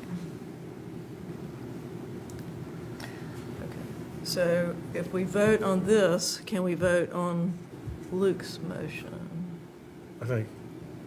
I think you have to vote on this, see where it goes, since there's a motion and a second. my understanding is that we'd have to vote on this, Right, and right, but- if it fails, okay, then we would. I'm jumping ahead. Yeah. Okay, all right, so, call the roll. I had Unless just- there's more discussion. I just had one comment that I want to make that was really clear, that the ordinance as written is not carte blanche to take every tree in any way or any form for any project that Public Works wants to do. It specifically states that this is for trees that are presented and approved for removal by the Charleston County Council for these initiated projects, right? And so this is, in a way, if the information about the taking trees needs to be presented to them, there is an opportunity for public input at that point as well. It may not be the best forum for it, but it exists. That's all I wanted to just clarify that. Right, and just to clarify further, it's Public Works initiated projects. So if a developer came in off of a county road and needed to, and got approval for, or wanted to get approval for a subdivision or a commercial development that required road improvements, that is not a Charleston County Public Works initiated request. That is initiated by the developer. I'm not happy, but, so you defer, and we come back next meeting. What is going to happen between then and now that's going to make us vote for this? I believe when Mr. Kent made the motion to postpone to the next meeting, it was with the understanding that staff work out some additional ordinance language that would reflect what Mr. McConnell was discussing regarding mitigation requirements for public works that would be very specific, that would be specific for both planting of trees when Charleston County Council approved trees to be removed, to be mitigated, for planting of trees and for easement, future easement requirement. So, That's my understanding. Yeah, that's correct. Okay. okay. Yeah. Anybody else? Can I just make a quick comment? I think that it's going to take longer than one other meeting with just staff coming back with one proposal that we would then vote on next month. That I doubt that it would get approved then, given what I've heard tonight. So I just wanted to throw that out there. It might be better just to vote on it as my astute colleague has mentioned, and let council decide what they're going to do. Okay, so we have to deal with this motion first. Correct. Okay. Call the roll, please. Okay. Commissioner Marlena Davis, No. Chair Floyd, Aye. Commissioner Jones, I'm in opposition to what you suggested. That's a no, right? Correct. No. Commissioner Kent, Aye. Commissioner McConnell, Aye. Commissioner Morris, Nay. Commissioner Praza. Nay. The nays have it. Motion to reject? Second. Disapprove. Yeah, disapprove. Yeah. Second. Any discussion? Other than what we've already, all right, I'm going to call the roll. Okay, Commissioner Marlena Davis. Aye. Chair Floyd, Aye. Commissioner Jones, Aye. Commissioner Kent, Aye. Commissioner McConnell, Commissioner Morris, Commissioner Praza. Aye. The ayes have it. I would like to ask Planning Commission one thing. Since this is going to move forward with a recommendation to disapproval, does the Planning Commission still want staff to, in the future, work on a potential amendment Do we need a motion? for the on that? mitigation or not? I mean, or we can wait, yeah. However y'all want to. I guess council can decide what they want to do, since we're just recommending anyway. I so think that's probably. Let them decide that's if fine. they want to. I just want to make sure we were all on the same page. Okay, but we're still requesting that you give us that, Oh, we are. aren't we? I would like to. Well, that's what I think that's the direction that staff would like to have, if that's the intention of the Planning Commission. I think at this point, it's going to be in council's hands anyway, because they can decide if they want to. It's up to you. Override us, but maybe if we send them something. I think probably it would need something that would need to be voted on, and it's not on our agenda. Let's put it on next month's agenda and see where it goes. But we still have to get, don't you need some direction from us to bring it to us? It wouldn't happen until we vote to request staff to do so. I don't know that we can just sit up here and give them a consensus to do something. Mr. President, if you'd like to make a subsequent motion now to ask staff to bring you more information for you to deliberate on next meeting, you're welcome to do that. But to your point, like, no, there's no further action today for you to vote on. I think it would probably be better for us to sort of clear our minds and put it on the agenda for next month. And if we decide to ask staff to come back with recommendations in that regard, we do so then. So you don't want them to, He wants to wait, to see what. kind of see what happens, I think, and No, I'm just thinking that, you know, we need to vote on things that need to appear on an agenda. This is something that just came up out of the blue, out of nowhere, that we just started talking about. But it's not, but we can still request, my understanding is that we can still request that they bring us the language. We're not voting on it today, but we can ask them to bring the language forward that we've talked about. Is that correct? Commissioner, my understanding is that some of the commission members have requested staff bring them back information regarding what North Charleston and possibly other municipalities are doing. And so then the chair is asking, is that the consensus that the group would like staff to bring them further information next month? then it will be on the agenda at that time. And does that need to be in the form of a motion and voted on? You can make a motion if you'd like. That's not helpful, Mark. Doesn't this become moot if the council says, tough, we're going to do it anyhow? Well, I look at it as maybe so, but they might incorporate this other good language into whatever comes next too. So I really think that's a good system. Yeah. That's the way I'm looking at it. Mr. Brown? Given the urgency, I suspect that they're going to act, and I suspect they would probably approve. But that doesn't mean that we couldn't further ask for more benefits in the future. The issue I have is just that it's not on our agenda. It popped up and we talked about it. I mean, this issue of requesting more information was not on there. And I just think it'd be more proper if we were on an agenda and we voted for it and staff could get stuff together and then we review it and make appropriate recommendations at that time. I don't see the sense of urgency of it, in other words. I guess I disagree.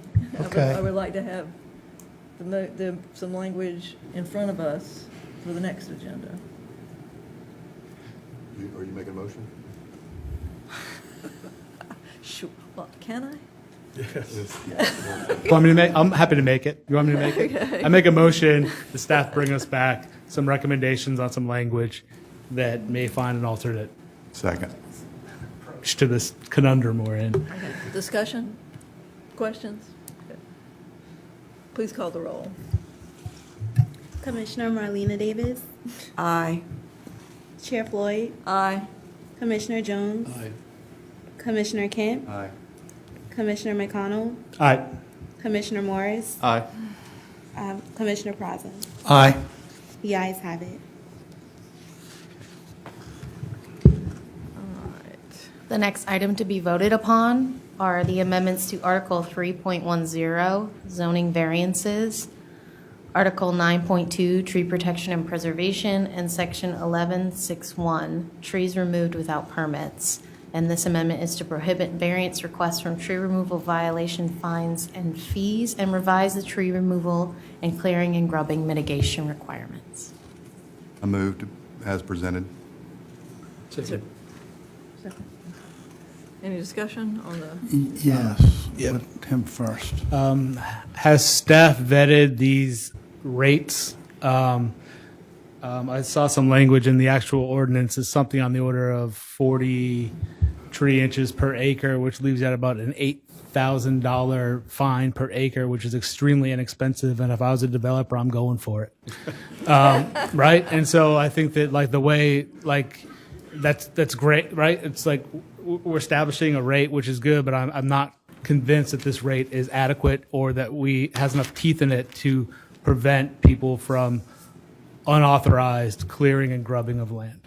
Yeah, I'll try to explain the situation we're in. First of all, the $200 per inch required to meet the total mitigation amount, that comes from us talking to what other municipalities are. So that's sort of, we're comfortable with that number. As far as the clearing of property, this is a real issue that we've been, seems like it's escalated in the last few years. Folks are not, even though I think that everyone knows that you're not supposed to clear your property without a permit, I would think, but people are continue to do it. And we don't usually see it since we're a large county and we've got a lot of rural land. We don't see it until someone comes in to get a permit for something. We have aerials that go back to 2001 right now. So we can, when someone comes in to get a permit, we can see what has occurred on the property, and we double check that to see what permits were issued, whether it's a structure, whether it was clearing. The problem is that we see a lot of parcels that have been cleared or partially cleared, but we have no real way of stopping them from getting a permit or issuing some sort of violation because we don't know what was cleared. And it was obviously trees in the aerial, but we don't know exactly what size trees there were that were cleared. So this was a way of basically deterring folks to try to ask. A lot of times we're forced in the situation where people sign an affidavit or say, hey, there were no grand trees, no protected trees. This is our way of having some sort of check, at least something, that says, hey, if you're going to choose to do this, even though you're supposed to get a permit before you clear, it's going to be this $8,000 per acre at least, at the minimum. So that's a starting point. Before we had nothing. I have a question or two also. When you discover that someone has broken the law, is not a citation issued? Yes, there is. And then they go to court, right? There's a citation issued. They go to court, and so Got to prove. yeah, you got to prove it. So that's $1,000. So whether it's a 1 acre, $1,080. So whether it's a 1 acre or 10 acres or 500 acres, it's the same ticket for clearing the property. So these guys are going and they're saying, okay, you cleared, you didn't have a permit, that you can demonstrate that, that's easy to prove. Yep. And so they get fined $1,000. That's right. So what you're saying now is that on top of that, Correct. after they've already been fined for not having the proper permit to do what they were supposed to have a permit for, they now face this other, it's a fine, but you still have to issue them a citation for that too, right? Well, we issue the citation for the clearing, and then that would seem a yeah. permit Yes, this would violation. be it's in Chapter 11, so this would be in the violation part of the fine. Yeah. Okay, so then you come up with something that you have to prove, and you don't know exactly what it is that they did. And I guess this fits into this BZA business about somebody then going and requesting a variance from that requirement? No, that's a different, well, somewhat related, but different. So the varying from the waiving from the tree removal and clearing and grubbing violations and fees, that has to do with where we have issued a ticket for a known violation of a tree removal, and they go to court, and then we tell them that, hey, and they don't deny that they've removed the protected tree. They go to court, and they realize that the fee is, $20,000 or $10,000 or whatever the amount is. They've been some of them have been requesting to have that fee reduced to the Board of Zoning Appeals, that extra, that mitigation fee for the tree. So they get a citation for cutting the tree, which is easy to prove. Right. Then if you can demonstrate how much it is that they've removed illegally, then the other penalty, a citation is issued for that other penalty as well. Right. For the and they go to the BZA to try to get that reduced. Reduced, right. Or they'll go to the Board of Zoning Appeals and get an outright after the fact tree removal permit. Okay. Even though they've cut it down. Well, and I guess I just want to make sure I understand all of it completely. And the issue of not being able to get correct information on what a 2-inch caliper tree would cost from people that sell trees is difficult to do.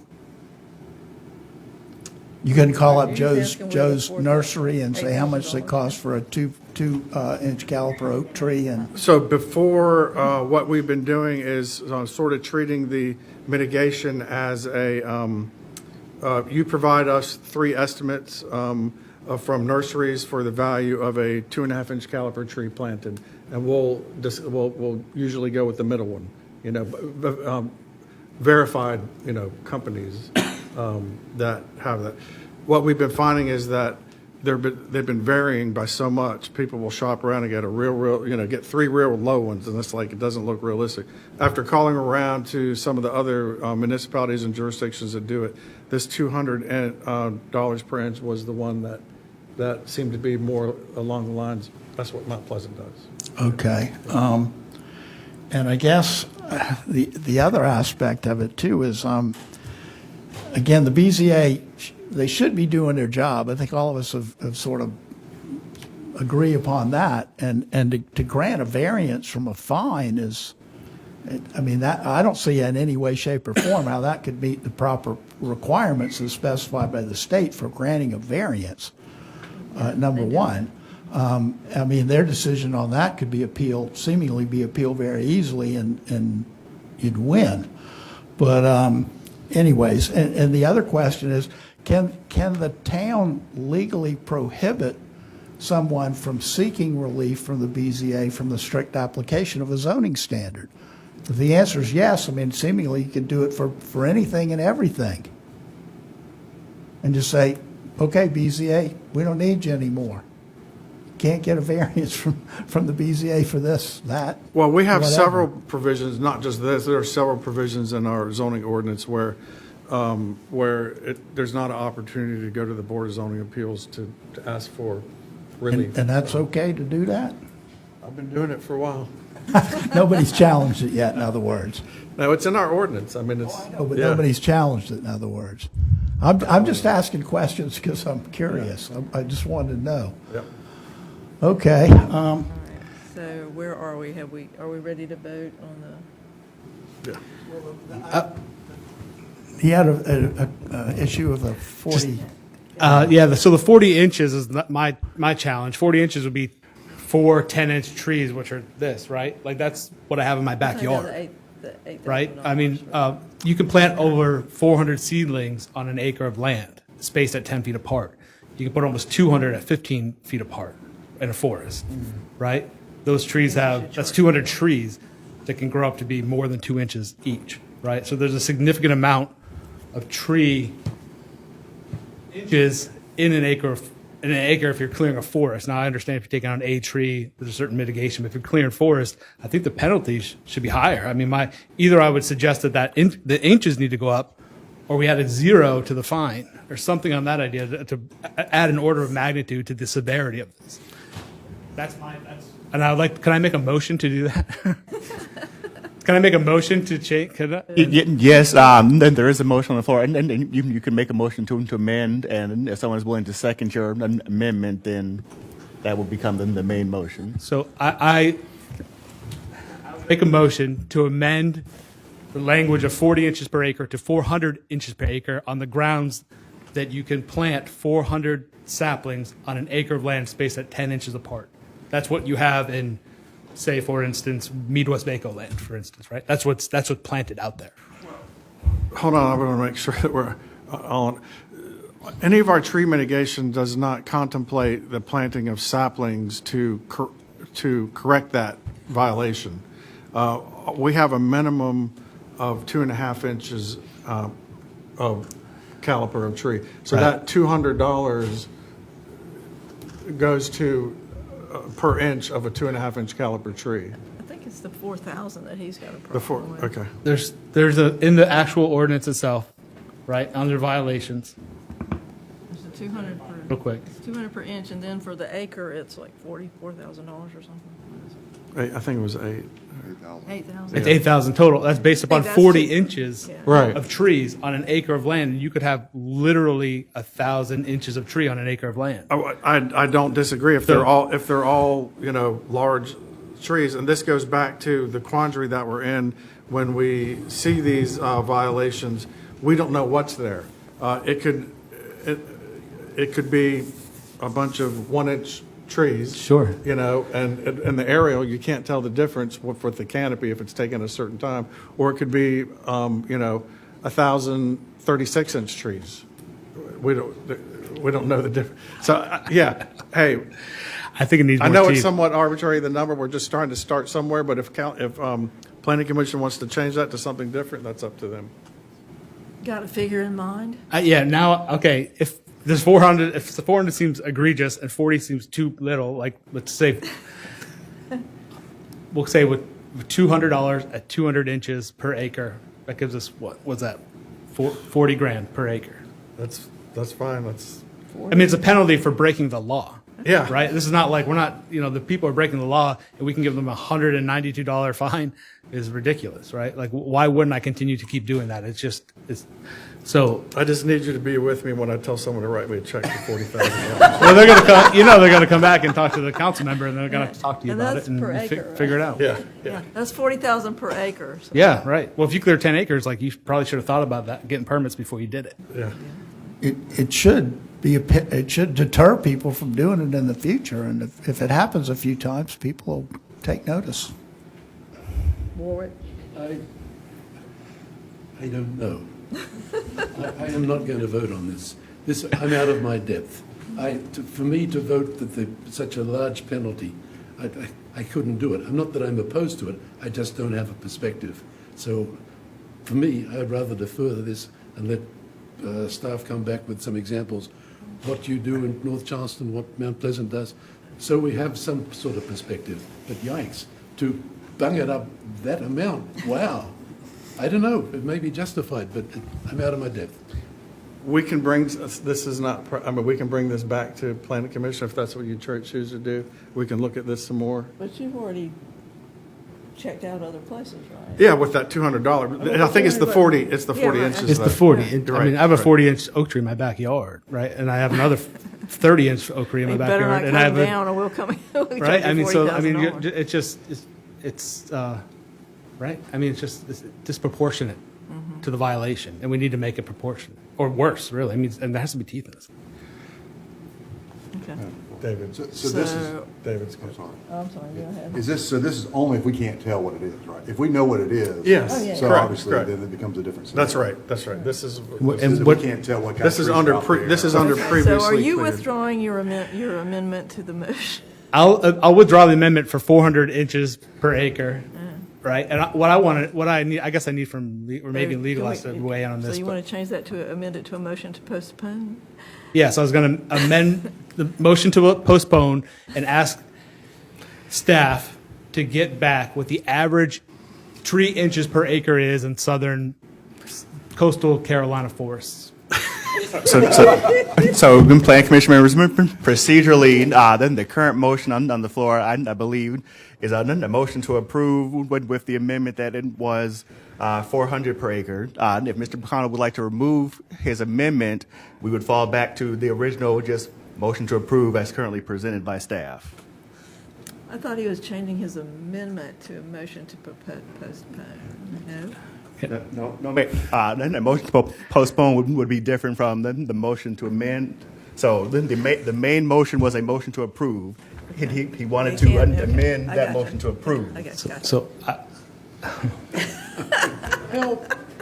Where's Robert when we need him? Yeah, really. He's gone. drew my motion, and now can I make another motion to postpone this till next week? I don't think you can until we vote on this one. No, so now if you like making a subsequent motion to postpone, you can, and then that would be proceeding the main motion on the floor. So. Can we do that? I make the motion to postpone. Okay. Till next month. So that motion would need a second. Please do, Lord, let me get Okay. I was kidding when I said we were going to be here. Why would I say that? As long as we're done by 7. I'm reeling. Okay. Are we ready for a vote to postpone on this section, correct? Yes. That supersedes the original motion, Yeah. right? So what are we voting on? Postponing. Don't bring up the Postponing, original okay. motion. With the implication that you're going to work on something. Yeah, somehow get the average size of a forest in an acre and stuff. It exists. I can find the data. If Yeah. I had a half hour, I'd have the data for No, it. we'll get it. Yeah. Yeah, we'll work together on it. That sounds fine. All right, vote. Commissioner Marlena Davis. Aye. Chair Floyd. Aye. Commissioner Jones. Commissioner Kent. Aye. Commissioner McConnell. Aye. Commissioner Morris. Aye. Commissioner Praza. Ayes have it. Now we go to the use table. Yes. The boarding state. Go to the use table next, is that? Yes, the next item to be voted upon is an amendment to Table 6.1-1 use table, which is the addition of a boarding stable, as well as Section 6420 to add conditions as well as Chapter 12 to clarify definitions and add a definition for boarding stables. Move for approval? Second. We have a motion to approve in a second. Any discussion? I have a question. How is this boarding thing different from commercial? It seems in the definition of a commercial stable, it includes boarding. But boarding does not necessarily mean commercial. Correct. Or am I not reading that right? Yeah, so there's a hierarchy to it. The private stable would be, the private stable is not open for boarding or for commercial uses. We want to propose this boarding stable, and then there's the commercial stable, which is when you have, Emily, will you describe it? Yeah. Yeah, so a boarding stable is going to be limited in size, as well as you can only conduct boarding operations on it, which is just the keeping of the animal. A commercial stable will allow boarding, but will also allow things like training, horse shows, rehabilitation for horses. That's what a commercial stable would allow. Why would you need to have something separate for boarding if all they want to do is board and you could do it as a commercial stable? That's the problem is when it falls under the commercial stable group, we get into things like requiring of handicap space, parking for all the patrons that are there, buffering in our ordinance is required. And there are some horse operations that are sizable enough and intense enough that it would make sense to require those types of things. But if you are a small farm that has a 8-horse stable, 2 of the horses are yours, but you happen to board the others for additional income to keep your farm running for either friends or family or folks that you know. It's a small-scale operation. There might be a trail there or a field to ride the horse, but it's not that you don't have the kinds of events that you would have in a large-scale commercial operation. But that doesn't mean you couldn't just have a boarding stable and not do those things, right? Well, that's what we're putting, that's what this takes No, care I mean, of. you could do that under the existing regulations. As a it would fall under commercial, Right, right. which would then trigger a lot of the things that make it very difficult for the people who are trying to have a small-scale boarding stable on their farm. Almost impossible by the time, because these are sizable parcels, and by the time you put in vegetative buffers around the edge, around the perimeters, you know have these handicap parking spaces, or you have these paved or graveled parking spaces for folks.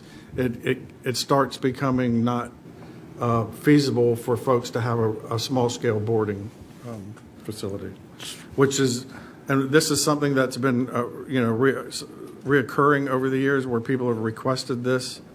So basically what you're trying to do is get out of the extra stuff that they need to do for a commercial. For a full-scale commercial, and for staff, it makes sense if it's one of these small-scale boarding things. And I was explaining earlier, so we have the idea of an urban growth boundary, an urbanized area, and we have the rural areas, and the folks in the rural areas are saying, okay, yes, I'm happy with not having 4 dwelling units per acre or 10 or 12 units per acre. I want to be a farm, but you all, government, please help me, be able to hold on to my farm by having a small scale boarding operation for my horse, for other people's horses. Okay, I guess I was confused. I didn't see any of that stuff in here about them being, but they would have to meet handicap requirements regardless, wouldn't they? No? I don't think so, no. We checked on that. Yes. Okay, I was, because I looked at this table and if you see the A's and the C's, and it's like, well, heck, they look the same. And then you look at the definition, they can have boarding in a commercial. But it's really the additional. But you can't have commercial in a boarding. Correct, that's how it works, yes. What now? The commercial is the all-encompassing. Right. And boarding is limited to the way the definition of boarding is. So If the boarding new is not- stuff's The boarding adopted. stable is not having the public come in for horse shows and training. Right, I understand that. But you could still do the boarding under that commercial zoning Not classification if you. without making it too onerous for the smaller farmers. And that was my point, and that's what I was confused because Well- it wasn't really explained that way in here. Yeah, I mean, the large scale, there are some horse stables that, 20, 30, 40, 50 stables. And technically, that's boarding, for the people that decide to do that. That's a large scale boarding operation. Okay. That's different than this other small scale boarding. Okay, can we vote on this? Yeah. I got it. At least the way y'all are looking Can we at have a it. motion? Thank you. Okay. We have a motion in a second. We have a motion and a second? Okay. Any more discussion? Please no. I'm sorry, I just wanted to get some clarification, because in the definitions right now, a commercial stable has like a paddock, for instance, right? Where you could like ride a horse, right? Like within, you could do like a pony ride with a kid, you could bring them there, right? As a commercial. But you could also could you have that same type of facility? We're saying you cannot have that type of facility at a boarding stable. Correct. Okay. I just wanted to make sure that was clear in my mind that that was the Well, case. the answer- For a fee, right? You The couldn't do it answer for a was fee. yes or no. Well, was the answer yes or no to that? You can't have those types of things. You can board horses there, and that's it. So Yeah. if I'm a small stable and I have 6 horse stable, I can't commercialize that. I can't do small scale agribusiness, which is part of our mandate to help lift that industry, That right? is the small scale agribusiness, Is- the boarding facility. The boarding is, but not letting kids come and ride your horse, even though you have 6 horses. Let them come to the farm and see the farm. We're not going to allow people to do that. Or you have to go to a big commercial horse thing to go do that. Right. If you're advertising for that, charging people for that, you can't do that at the small boarding. Right. But it doesn't necessarily need to be that much bigger. It's just you have to go through these other site plan review processes and meet the ADA requirements and the buffering and all that. Yep. But not at the boarding stable. Got it. Thank you. Okay, there's a motion and a second. Would you please call the roll? Commissioner Marlena Davis. Aye. Chair Floyd. Aye. Commissioner Jones. Aye. Commissioner Kent. Aye. Commissioner McConnell. Aye. Commissioner Morris. Aye. Commissioner Praza. For it too, even though I don't quite understand what I'm voting for, but aye. Okay, ayes have it. All right. Small scale extraction? Yes. The next item to be voted upon is amendment to section 6414, resource extraction to allow exemptions from the special exception requirements for small-scale residential, recreational, and agricultural resource extraction operations that are less than 5 acres in cumulative total size and include additional requirements for such operations. Is there a motion? I guess for discussion purposes, I'll vote to approve. That's Is why I there a- move that it be Is there a approved. second? Second. Okay. Just to All right, discuss. I have a question, is, on number, where are we?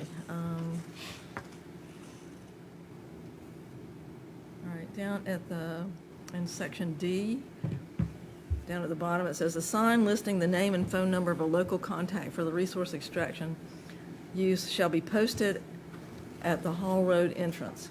So would that take care of Ms. Skinner's problem, where she can't get in touch with the people that are... Well, if that's the issue, then that would be the idea is that, and the whole idea behind it is that we do get complaints from some of the resource extractions occasionally. And when they have been reviewed by the Board of Zoning Appeals, that's a lot of times one of the conditions that they will put on an approval, so that the public has someone that they can contact to discuss their issues with, whether it's dirt on the road or dust or the road is being torn up from the trucks, that kind of thing, or the hours even, yeah.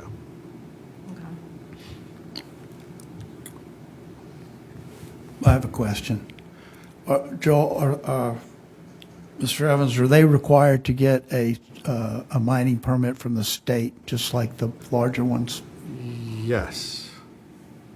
We require DHEC approval for all of these, no matter what. Well, I think they do, right? The county couldn't make DHEC issue a permit if DHEC didn't have a Doesn't. requirement. We to do that. require either a permit we require something from DHEC.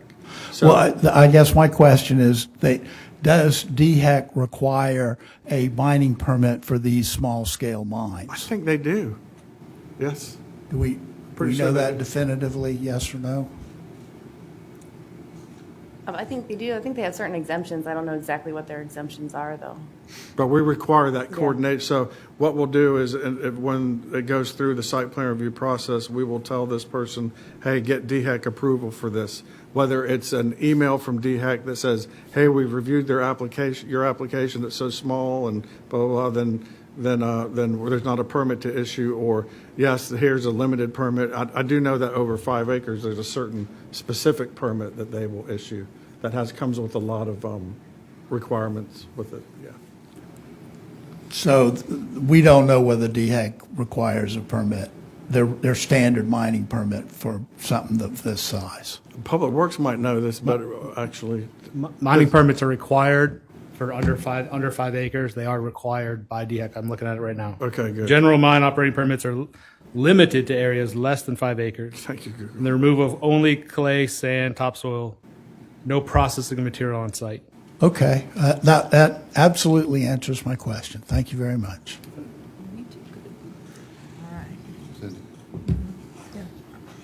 So if a small landholder with 5 acres wanted to create a pond, he would have to go to DHEC, or he could bypass DHEC? No, it sounded like from what Adam just found out, basically all mining operation requires a permit from DHEC, no matter what the size. He's digging a hole. If he digs a hole, somebody's going to remove the stuff. So then the ipso facto becomes mining. Right. Can I follow that up with one, please? If DHEC doesn't make a distinction, then why would the county want to make a distinction? Yeah, that's the whole reason why we have an ordinance for resource extraction. It has become a very popular industry in the county, this resource extraction, which is why back in 2018, we wrote the initial ordinance. The initial ordinance said that resource extractions, all of them had to go to the Board of Zoning Appeals for approval. And there were a couple of exemptions with that.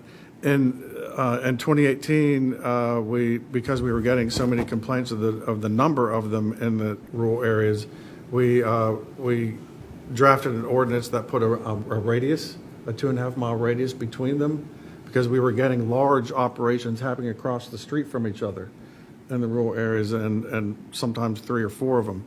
So that this current ordinance that you're reviewing is sort of a answer to, after we've done this for the past 5 years with the 2.5-mile radius, we're finding out that there's a group of people that are trying to just do small scale resource extractions that for a private farm, for a lake on their property, or for agricultural uses that would may normally require them to go to the Board of Zoning Appeals, and if there's another mine within 2.5 miles, they can't even request that because of the 2.5 mile.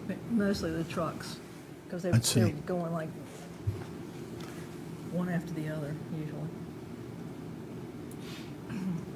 Specifically, the Mining Act of 1974 does not supersede local zoning ordinances.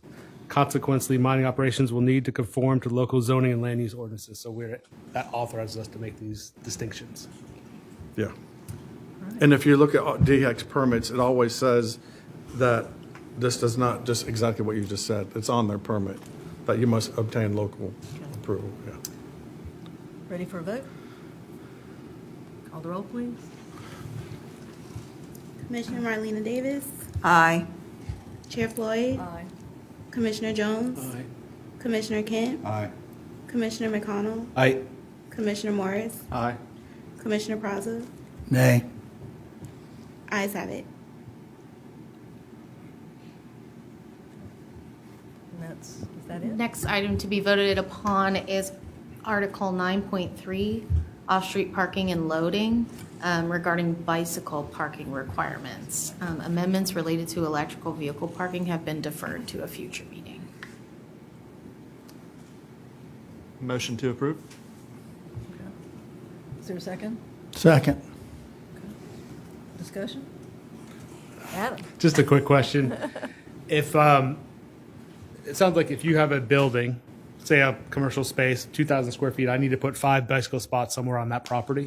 Is that Within 50 feet of the entrance. within 50 feet of the entrance, regardless of where that is in relation to?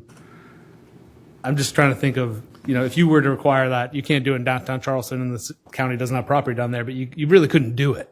It's like you're like restricting smoking 50 feet from your entrance in certain neighborhoods. You can't do that because there's too many entrances.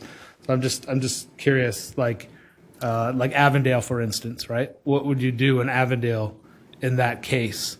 Or parts of Maybank Highway on James Island, right? Like, I could see this becoming overly cumbersome. I'm fully supportive of it, and also I don't know how best to implement it in certain instances if there's not certain conditions or some other.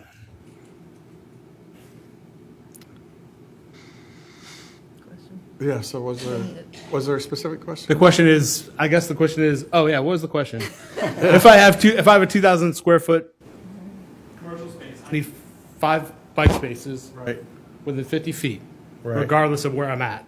So if I'm in an area that has like 0 lot line, there are certain areas that are, this is not able to be implemented. So I guess, would that be a variance then? Would you have to go through a variance process to say this is a hardship that I can't reach because I'm not going to put this bike in the right of way? Could be, yes. Yeah. Or you could just take one of your parking spaces and Yeah. put the, Yeah, I mean, put the bikes we do in. it for parking all the time, and I can't think within the urban growth boundary, because this is the urban-suburban area, urban growth boundary. Correct, Pretty yes. synonymous. So, I mean, we require it for normal parkings, like car parking. I feel like they're going to have the room. I can't think of an instance within the county urban growth boundary that it would be a 0 lot line instance. Yeah, we had this discussion earlier. You're right, Adam. This probably would not work or be appropriate the way this ordinance is written for like downtown Charleston, because spaces, I mean, you're down into like things are super tight. The commercial areas and the unincorporated areas of the county within the urban growth boundary, they're almost more suburban in nature. They have room. Yeah. I like the spirit of this, but I wonder, I mean, if you have an area that's all commercial that people aren't going to ride their bike to, does it make sense to require, I mean, if you're in an office park, and you have to take 526 to get there, does it make sense to have? The solution is don't have 526. You're already there. You're already, let's say it's already there. It's an office park. They built a building. I mean, I get the spirit of it. I want bike parking. But if you're not going to ride a bike there, doesn't it seem redundant to say you got to have parking for your bike? Well, I think the idea is if you're within the urban growth boundary in the urban suburban area of the county, with the movements that are going on about adding more bike lanes and having more options to travel, whether it's a multi-use path with walking or bike lanes, that the idea is that if you're in the urban ground, that someone would want that option to be able to ride their bike to a commercial. I mean, honestly, where I would see this happening, you have the Folly Road corridor where we would have commercial property within the county. We have the Maybank corridor within the like commercial activity in the county, and I've talked about radial and linear density, and a lot of those are linear. It's linear density. It's the linear commercial activity. We're gonna end up having the bike infrastructure along those with Folly Road or with Maybank or with Bees Ferry or with 6117 Sam Rittenberg. And people do bike those. I actually used to bike to work, and there are not a lot of facilities at all. You're tying up to a sign, and it's kind of a chicken or the egg argument. Do people not bike because you can't, or do people not bike because they don't want to? But like at the end of Leeds Avenue, with all those commercial buildings down there, would anybody bike down there? And where would they come from? They'd come up from Azalea and down Leeds. and- Yeah, there's a bike lane. That's a dangerous. That is, that's it a is dangerous. Hey, Well, there's bike lanes on Azalea now, yeah, and on Leeds. Like I said, I like the spirit of it. Yeah. I'm just saying Yeah. that unfortunately, this blanket. I want to be provocative, actually. As a recent times a frequent traveller along Folly Road, I joke with my wife and daughter, gee, have you seen a cyclist on the cycle path? My gosh, there's one. And then days pass and you don't see them, then you see another one. They're a rare breed on some of these cycle paths. And the same with St Andrews Avenue, my goodness. I think I've seen one cyclist there. Admittedly, I'm not there too frequently, but, you know, it's a fair point. There's not too many cyclists that venture out and sort of expose themselves to the danger of these cycle lanes on some of these main roads. Take East Bay Street, for example. Again, I saw last night a cyclist on East Bay Street or Morrison Drive for about the first time ever, and I frequently drive down there. So, you know, we have all this infrastructure. It's noble. I guess it's good. Maybe it makes people feel good, but sure ain't utilized much. So we should not have bike parking to save bicyclists No, I didn't from say that. themselves. Didn't say that. You're putting words into my mouth. I don't know how to make it, it's just not blanket is the problem. I don't know how you do that because Look, it's a scalability problem. Like maybe the numbers too much. I mean, honestly, like if you have a 20,000 square foot office building, you need 50 bike spaces there, right? That's if you have, my wife has a flower shop. If she has a 1,500 square foot flower shop, is she exempt because it's not 2,000? Or is it up to 2,000, you have to put 5 spaces? So I'm just trying to understand, like, can she do 3? Is 3 good? Like 5's a suggestion, right, from Charleston Moves, and like Katie's a friend of mine, and she's great. And also, maybe this is a little bit too much. That's all. because you can always do more, obviously, if you're in a place that it's. If you choose to, if your patrons choose, it's like parking requirements, right? It's like you have to put, like you have these tire repair places, and you're like, you have to have like 60 parking spaces, right? And they got like 4 customers per hour, right? So you just have this excess. Mm-hmm. And so at some point, like the commercial enterprise should know how their patrons are getting there and provide that space for them, right? Rather than being dictated for people who don't know what we're doing. Right. Right? To some extent.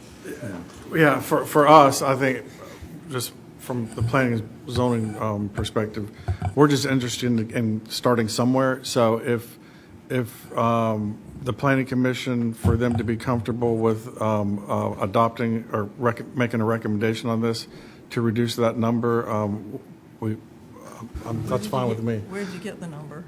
I have a question too. Joel, is it, you're not going to go tell people to put them in if in already built buildings? No. This would be under site plan review for Correct. a new building. That's correct. Just like parking spaces. You don't go tell people, well, you That's don't correct. have enough, you got to put some more, find space. Correct. Okay. This is already adopted as part of the Folly Road overlay. Town of James Island, City of Charleston, us and the City of Folly Beach have adopted this exact language in the Folly Road overlay. With those same standards. This exact language, yep. Can you do it in lieu of one parking space? I mean, could it be somewhere like, if you provide this, then you can remove at least one of your parking spaces from, your requirement or something on that idea? You're creating the same amount of space for vehicles, right? Parking.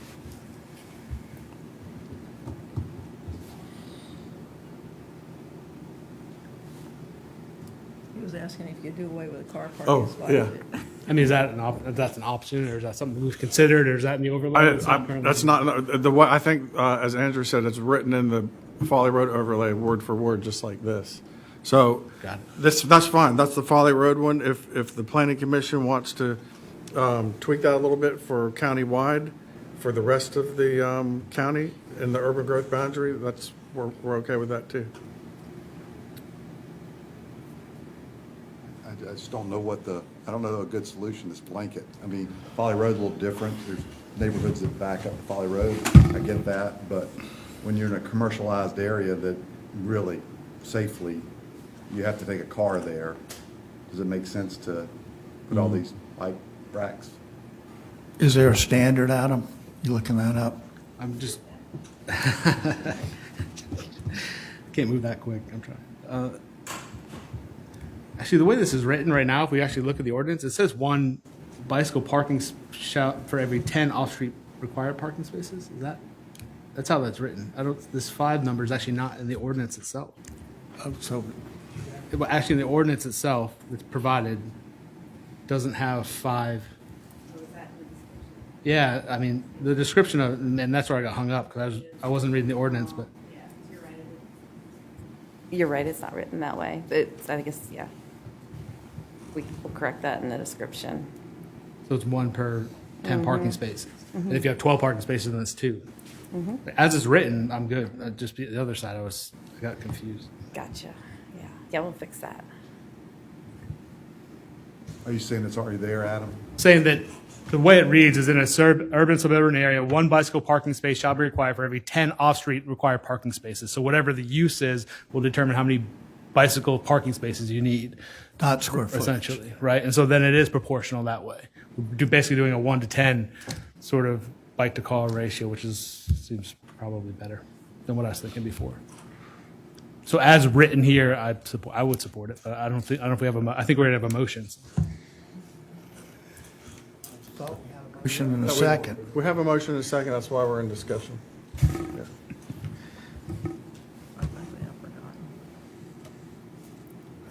Right. Yes. Call the question. Vote. Call. Read the roll, please. Thank you. Sorry, Marcia. Commissioner Marlena He's Davis. falling asleep too. Aye. Chair Floyd.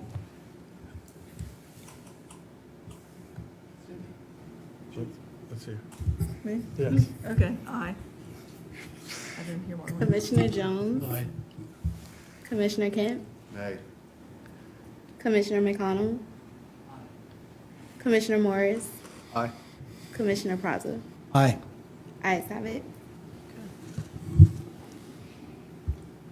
And the final item to be voted upon is actually threefold, so I'm not sure if y'all want to split that up, but it is for the tree protection as it relates to protected trees within designated scenic right-of-ways, clarification of off-street parking requirements, as well as the exemptions from traffic study requirements by the Public Works Director. Up. Yeah, I think let's so. do them Okay. one by one. 8.8 first. This is tree survey. Well, we would just take all the tree protection Okay, sorry. Yes. regarding scenic right-of-way Yeah. trees. That is the item at Yes. hand. Yeah, sorry. 8.8 and 9.2.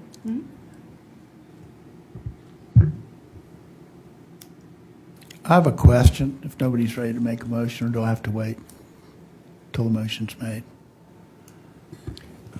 And if it's a question for staff, you can ask staff your question, sir. Thank you. I see it's capital letters for the scenic highway, and so I assume this is the ones that are designated by the state of South Carolina? Yes, sir, that's correct. And they already require that 6 inches and greater DBH are protected as far as they're concerned. And I believe there's municipalities too, but the municipality, or excuse me, local government, I'm sorry, I'm still back at a municipality, but a county can do this as well. Local government can vote to, but they have to vote affirmatively to remove those trees. Is that a correct understanding of how that works?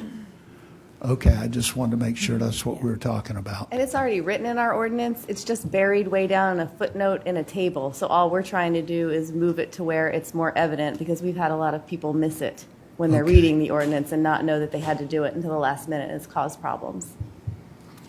So we're changing nothing. We're really not changing, we're just clarifying it, yes. Good. So moved. All right. Any more discussion? Is that for all of the where it's mentioned about the scenic road, right? Yeah. Or scenic road. Scenic. Let's see. That's 8.8. 8.8, 9.2. This doesn't give discretion to anybody to chop them down, does it? No, it does not. Okay. All right. You nixed that one a little while ago. With that. Okay, so are we just voting on 8.8 or are we voting on all of them? All three, including the, No, just 8.8 and 9.2 at Okay. this point. And we have a motion and a second. and the definition. Yeah. Yeah, is there a Yes. motion? I think it's been made, motion. First and second. I have it. All right. Any more discussion? Please call the roll. Commissioner Marlena Davis. Aye. Chair Floyd. Aye. Commissioner Jones. Commissioner Kemp. Aye. Commissioner McConnell. Commissioner Morris. Commissioner Praza. Aye. Ayes have it. All right, the next item is just a clarification to Article 9.3 that just removes some redundant flowery language that is addressed elsewhere in the article. Right. Yeah. Do we have a motion? Second. Yeah. Okay. Any more discussion? Please call the roll. Commissioner Marlena Davis. Aye. Chair Floyd. Aye. Commissioner Jones. Aye. Commissioner Kemp. Aye. Commissioner McConnell. Commissioner Morris. Commissioner Praza. Aye. Ayes have it. And finally, we have a clarification that the Public Works Department Director can allow exemptions from the traffic study requirement.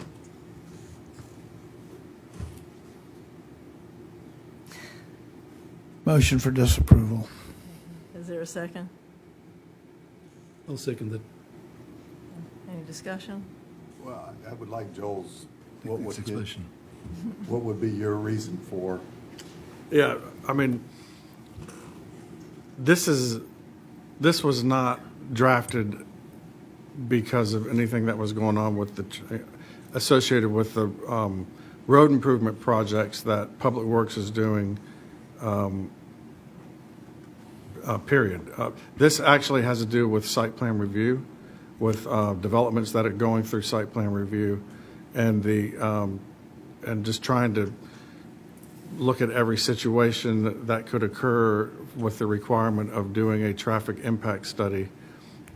These are the triggers that would trigger it for that 1 through 8.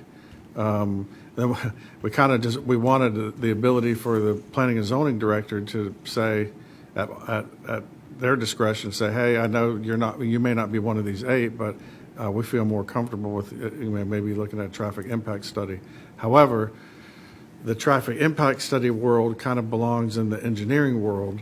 And so, and it's only happened once or twice that I can remember, where it technically the traffic impact study would have triggered one of these 8, but the DOT has responded with, hey, we're not going to, what they've provided us, we're not going to make them do a traffic impact study. And so the Public Works director at that time just sort of said, yeah, we're not going to, if DOT's not going to make you do it, we're not going to make you do it either. But this does refer to, this chapter 9.6, it does refer to development in the county, and really it doesn't have anything to do with the road projects that they're doing. Okay, so, but if you, as the planning director, I may suggest. say that it's needed, can Public Works come in and say, no, we don't? But yes, technically, Because yes. that's Yes. what I read it to say. Yes, yes. Okay. Yep. Is there a motion? I think the motion has been made, but And a Oh, second. oh, so- Motion and a second, okay. I'm still not quite sure I So the understand it, motion but I don't know is what questions to ask. to not approve this. Okay. I'll call the roll. So if you vote no, you're actually voting yes. Is that correct? Motion is to disapprove. Yeah. Recommend disapproval. Right, right. Commissioner Marlena Davis. Aye. Chair Floyd. No. Commissioner Jones. Aye. Commissioner Kemp. Aye. Commissioner McConnell. Aye. Commissioner Morris. Aye. Commissioner Praza. Aye. Ayes have it. It's rejected. I think that's it. Oh, we have the comp plan. Oh, did he left? George left. Oh, no. John's still here. John's, yeah. So, yeah, we only had 2 speakers sign up for comments on the comp plan, and we forgot to do it at the beginning, so we were going to, yeah. I thought you said we're done. Yeah, we're doing it now. Oh, no. Yeah. He chased it. So maybe I'll just stand up here for 2 minutes, right? Because I know you guys want to stay a lot longer. The only thing I wanted to mention is last time I was here, I talked about table 3.1.1, the future land use, and I saw a lot of you write that down, and hopefully you looked at it. And it allowed in the future that a parcel zone RR and AGA could basically be upzoned a factor of 2 or even a factor of 3, which I believe is inconsistent with the urban growth boundary and the intent of the urban growth boundary. So again, I urge you in table 3.1.1 that the future land use for RR and AGA not be allowed to be increased density. Thank you very much. Time to go home. Thanks, Don. But we were going to address it kind of a little bit differently with this wetland. At the committee meetings. Right, yeah. So it's still got to come up. Yeah. We're not done with that yet, so we can still do that. Okay. Anything else? All right.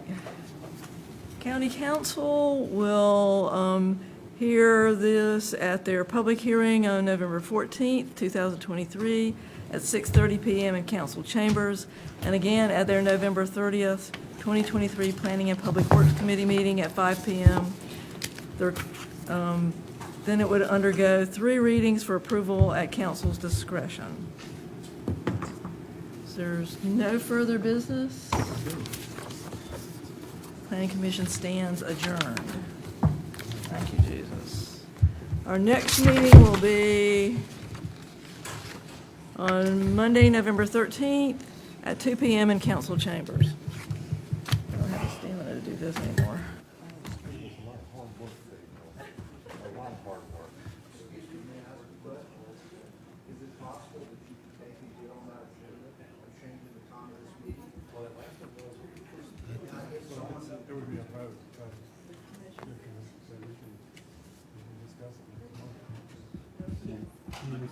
Yeah. Okay.